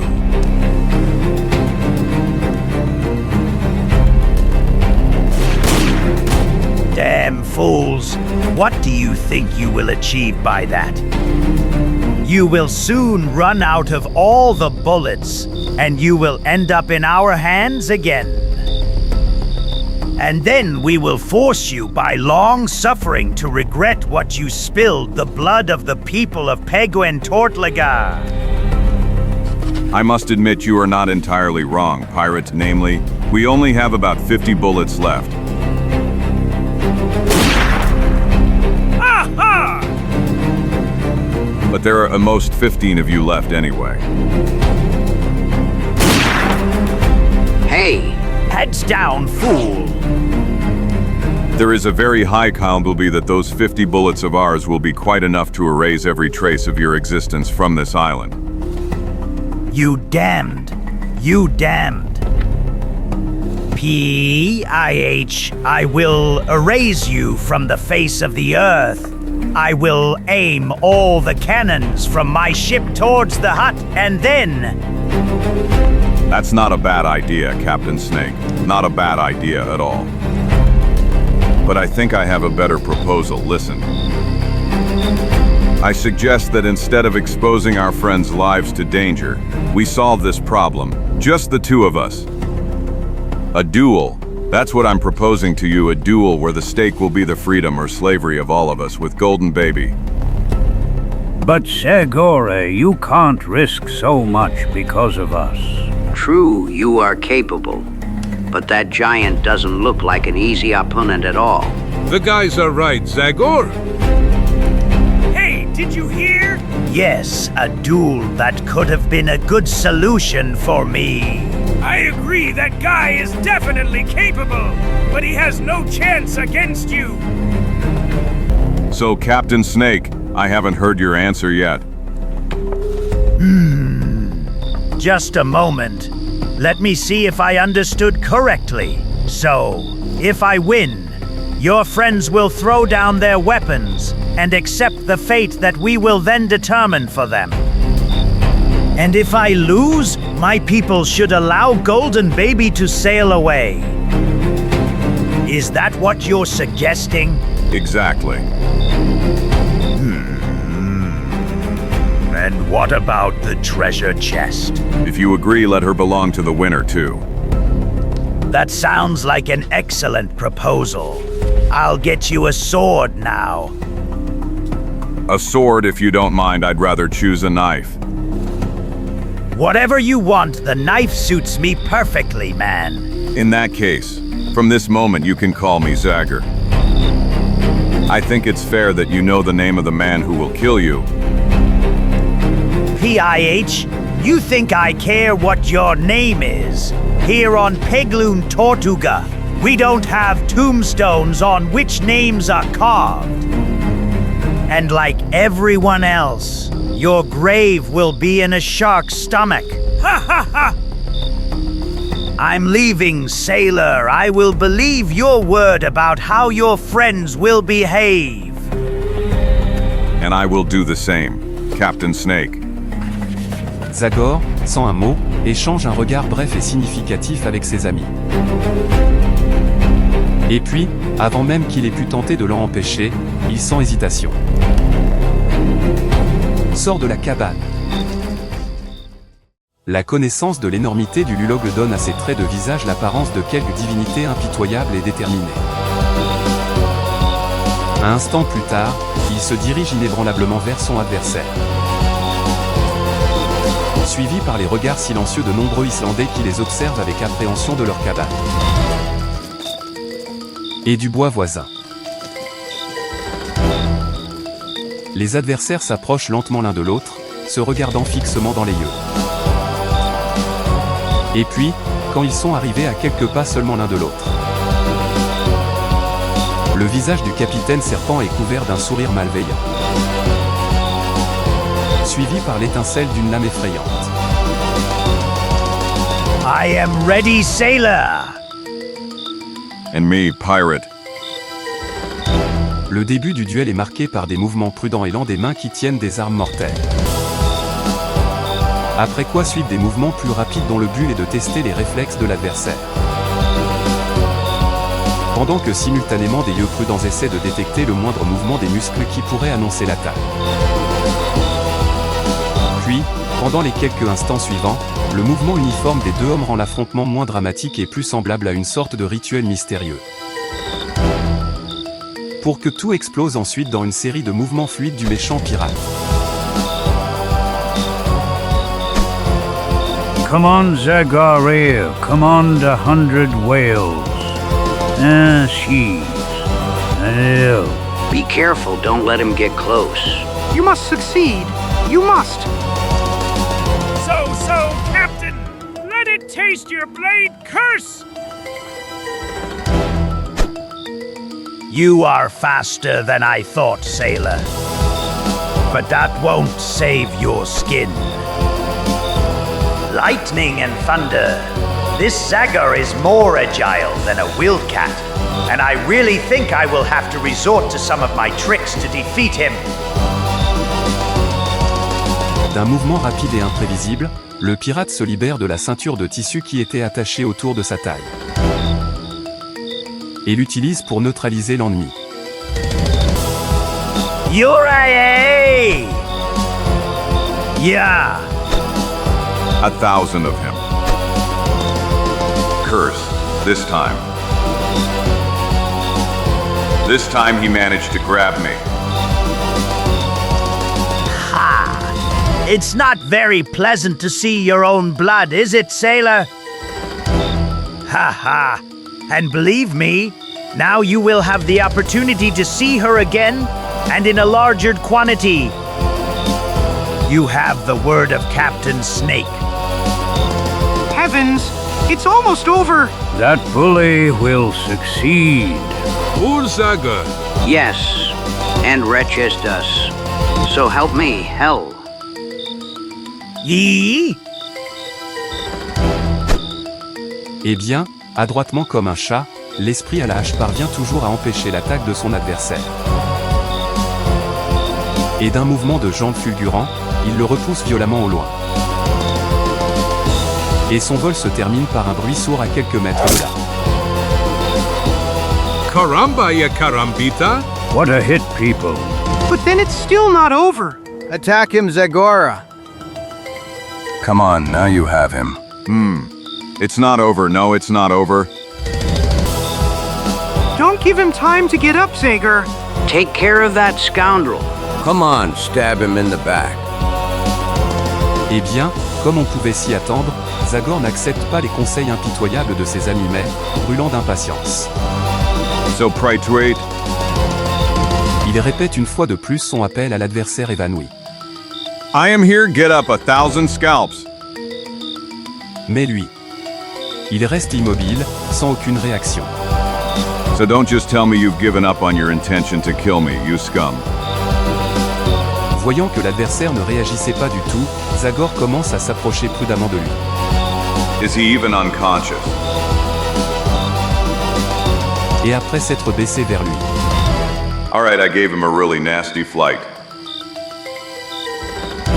Et il l'a renversé. but I didn't think that. Il découvre finalement la réalité dramatique. By all the drums of Darkwood during the fall, he fell on his own knife.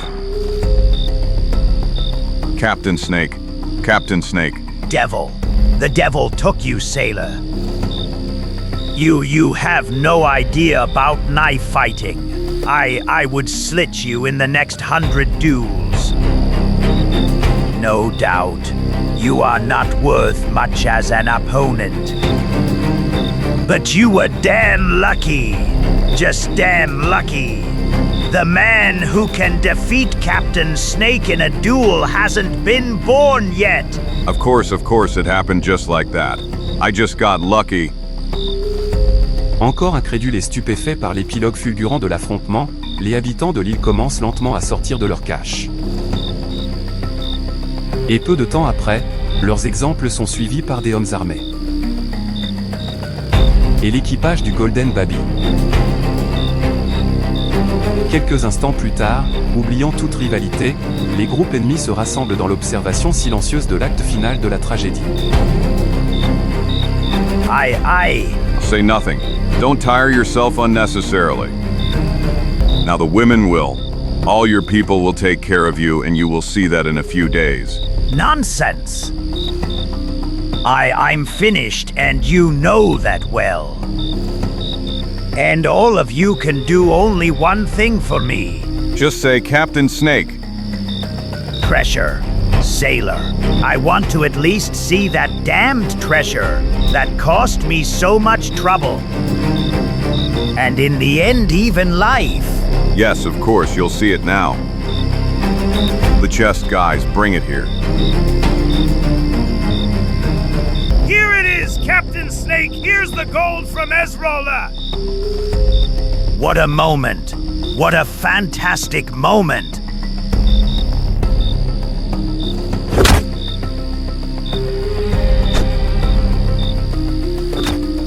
Allow me to open it. Serrant les dents de douleur, le blessé soulève le lourd couvercle. Il regarde avec convoitise à l'intérieur du coffre. No.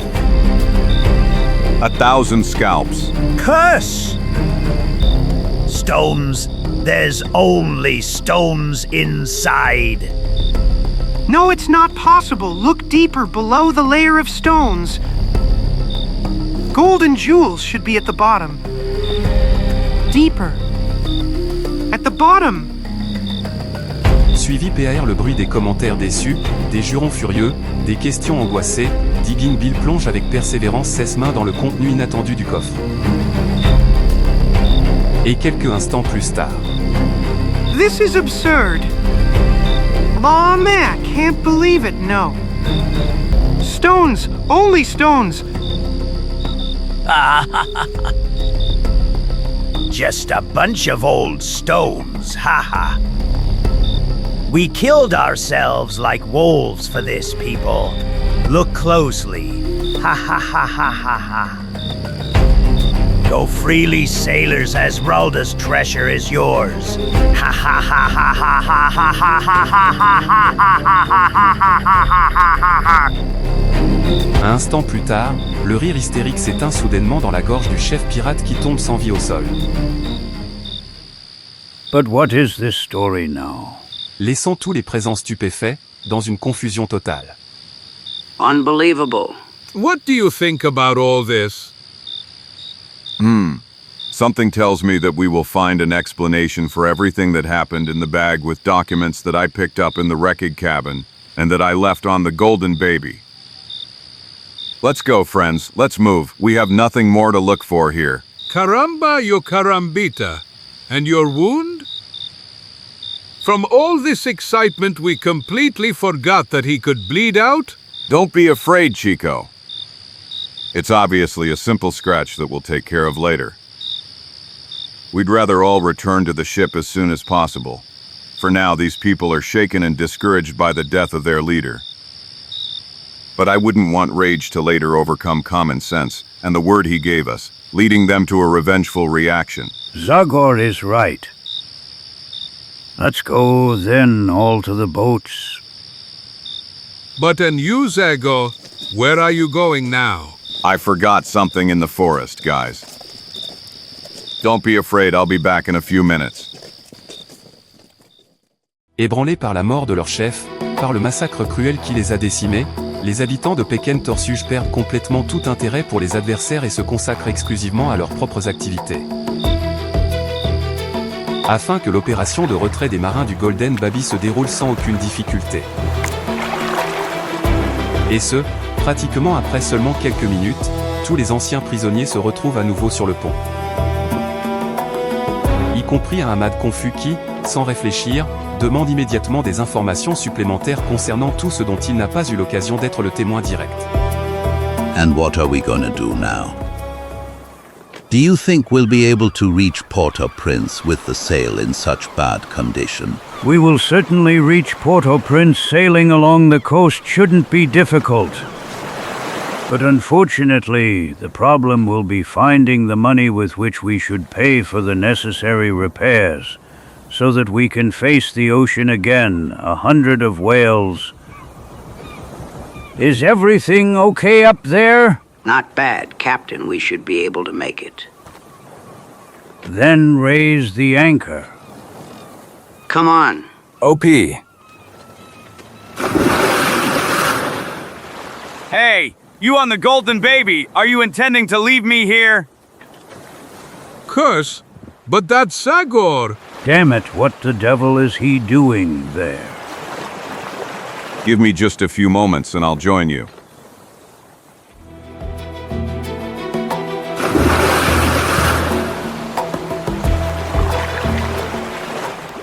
Hop. Hop.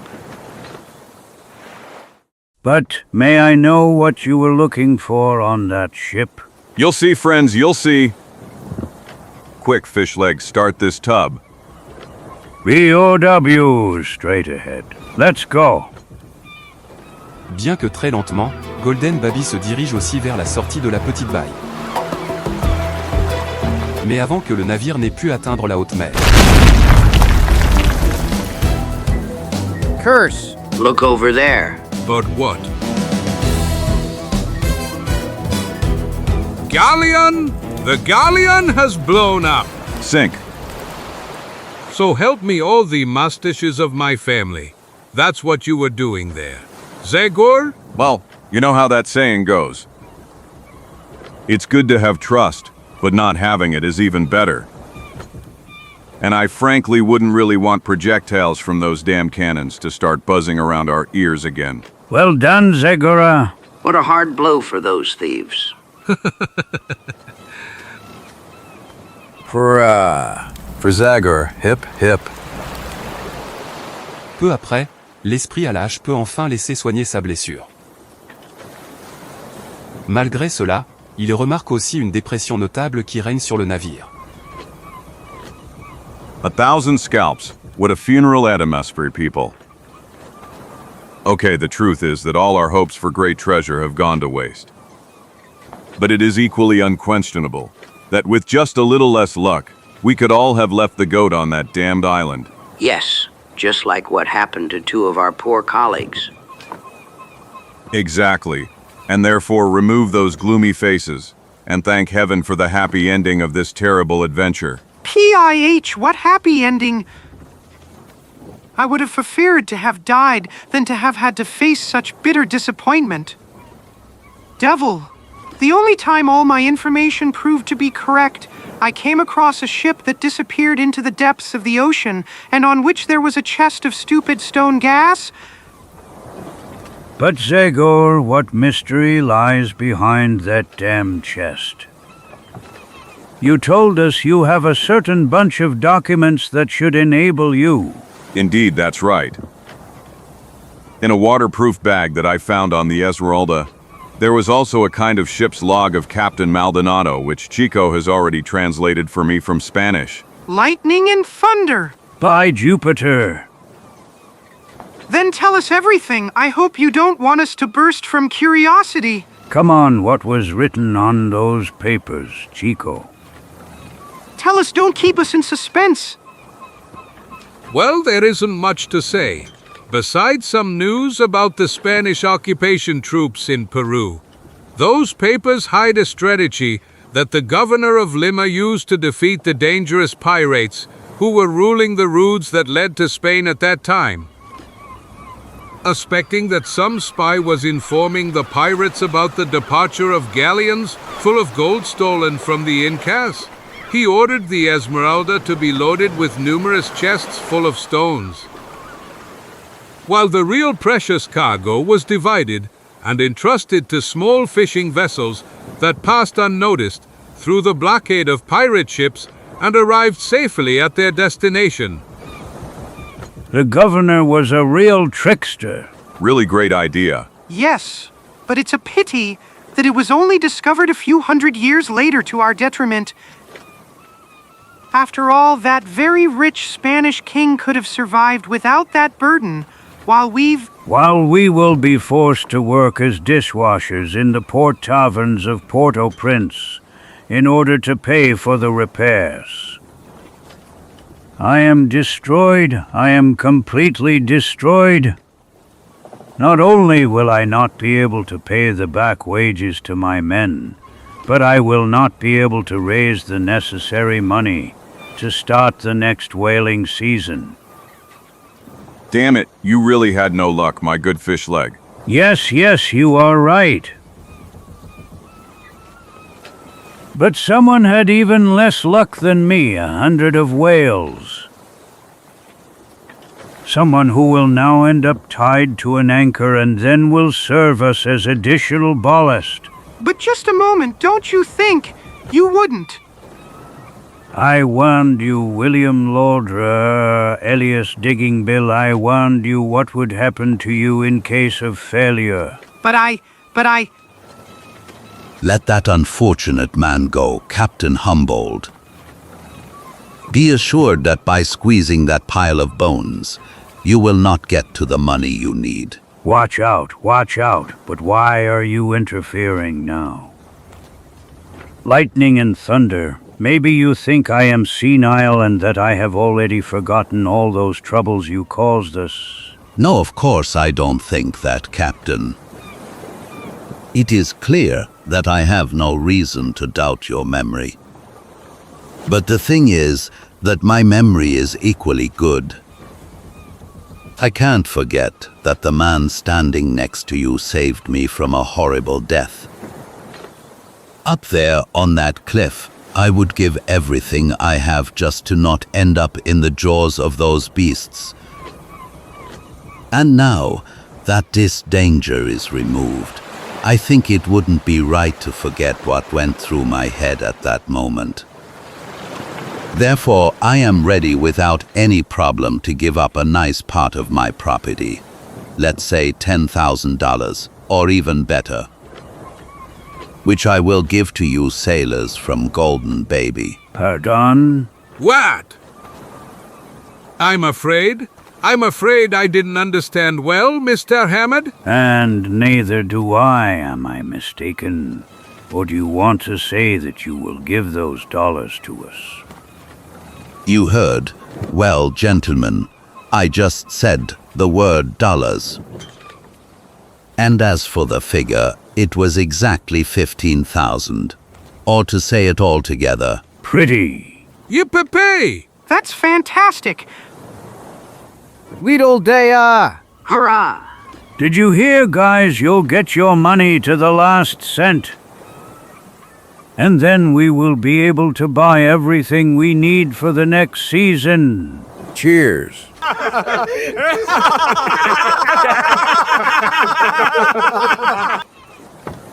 Well, Sir Hammond, I must admit that you surprised me today. You really did a good deed. Sometimes such things happen even to scum like me. Anyway, I guarantee you that this bitter experience will serve me as a good lesson for the future. From now on, I will be honest, and I will only deal with selling trinkets at the market. Laich, that will be a game for you and for all future visitors of Haiti, Mr. Hammond. Full sails ahead, guys. I can't wait to get to Port-au-Prince. And you cheer up, Digging Bill. After all, Hamid's intervention helped you too. And now that you've saved your skin, you can continue looking for some other treasure. PFF. Let all the treasures of this world go to hell. I'm sick of them, word of honor. Do you know what I'm going to tell you people? When I return to America, I will retire to the countryside. From now on, I will only dig to work my garden.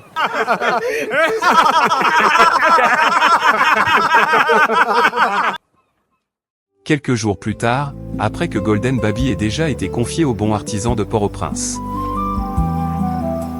Sur l'autre partie du quai, il Y a des adieux touchants. And so our paths separate again, Zagor. Yes. Darkwood tribes are waiting for me in the north. And you in the west, unfortunate whales who will have to fill the hold of Golden Baby with your fat. Once again, I want to thank you, both on my own behalf and on behalf of all my men. Leave that now, Fishleg. I hope that fate will soon allow us a new, calmer meeting. We are ready, Mr. Zagor. We are coming, Captain Benson. Goodbye, friends, and good luck to everyone. May the heavens protect you, Zagori. Goodbye, Čiko. See you, friends. Raise the bridge, guys. Untie the ropes.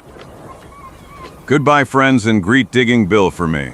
We will, Zagor, if we see him again. That strange fellow disappeared 2 days ago. Hey, Zagori, look up there, on that terrace above us. Have a good trip. Goodbye, Zagor, and thank you. Le voilier sur lequel nos héros ont inattendument trouvé un transport vers le continent américain met le cap sur le golfe du Mexique. Et avant le crépuscule. Cuss, what the devil?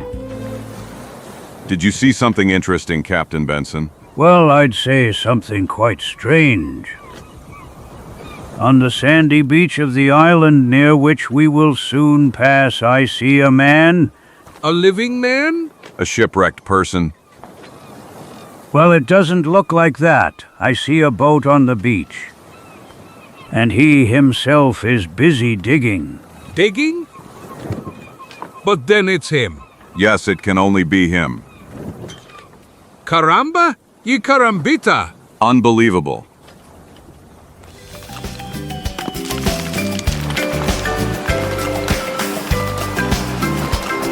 Digging Bill, hey Digging Bill. Zagora, Čiko, but where are you going, damn it? Home, Digging Bill. We are finally returning to Darkwood. Goodbye and good luck. You are crazy. You can't leave right now. There is treasure down here, my first treasure, damn it. I'm sure of it, this map that was sold to me by Portaline. The prince cannot be wrong. Come back. You must attend my discovery. Come back. This is a real opportunity, friends. I feel it. I feel...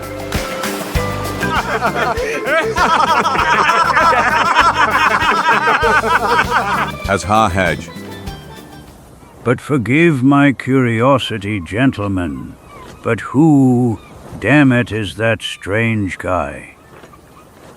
Who knows, Captain may be an ordinary madman, or maybe such an incorrigible deceiver that he deceives even himself. Or an incurable dreamer, or a poet, if you prefer. Or even better, he is all of that together. I don't know if I was clear enough. TJH, honestly. I admit I didn't quite understand you. Yes, as I suspected. Unfortunately, when it comes to him, believe me, it's not easy for me to find the clearest explanations. I don't know how to tell you. He is simply Digging Bill. Go back. I will find him. I tell you I will find him this time.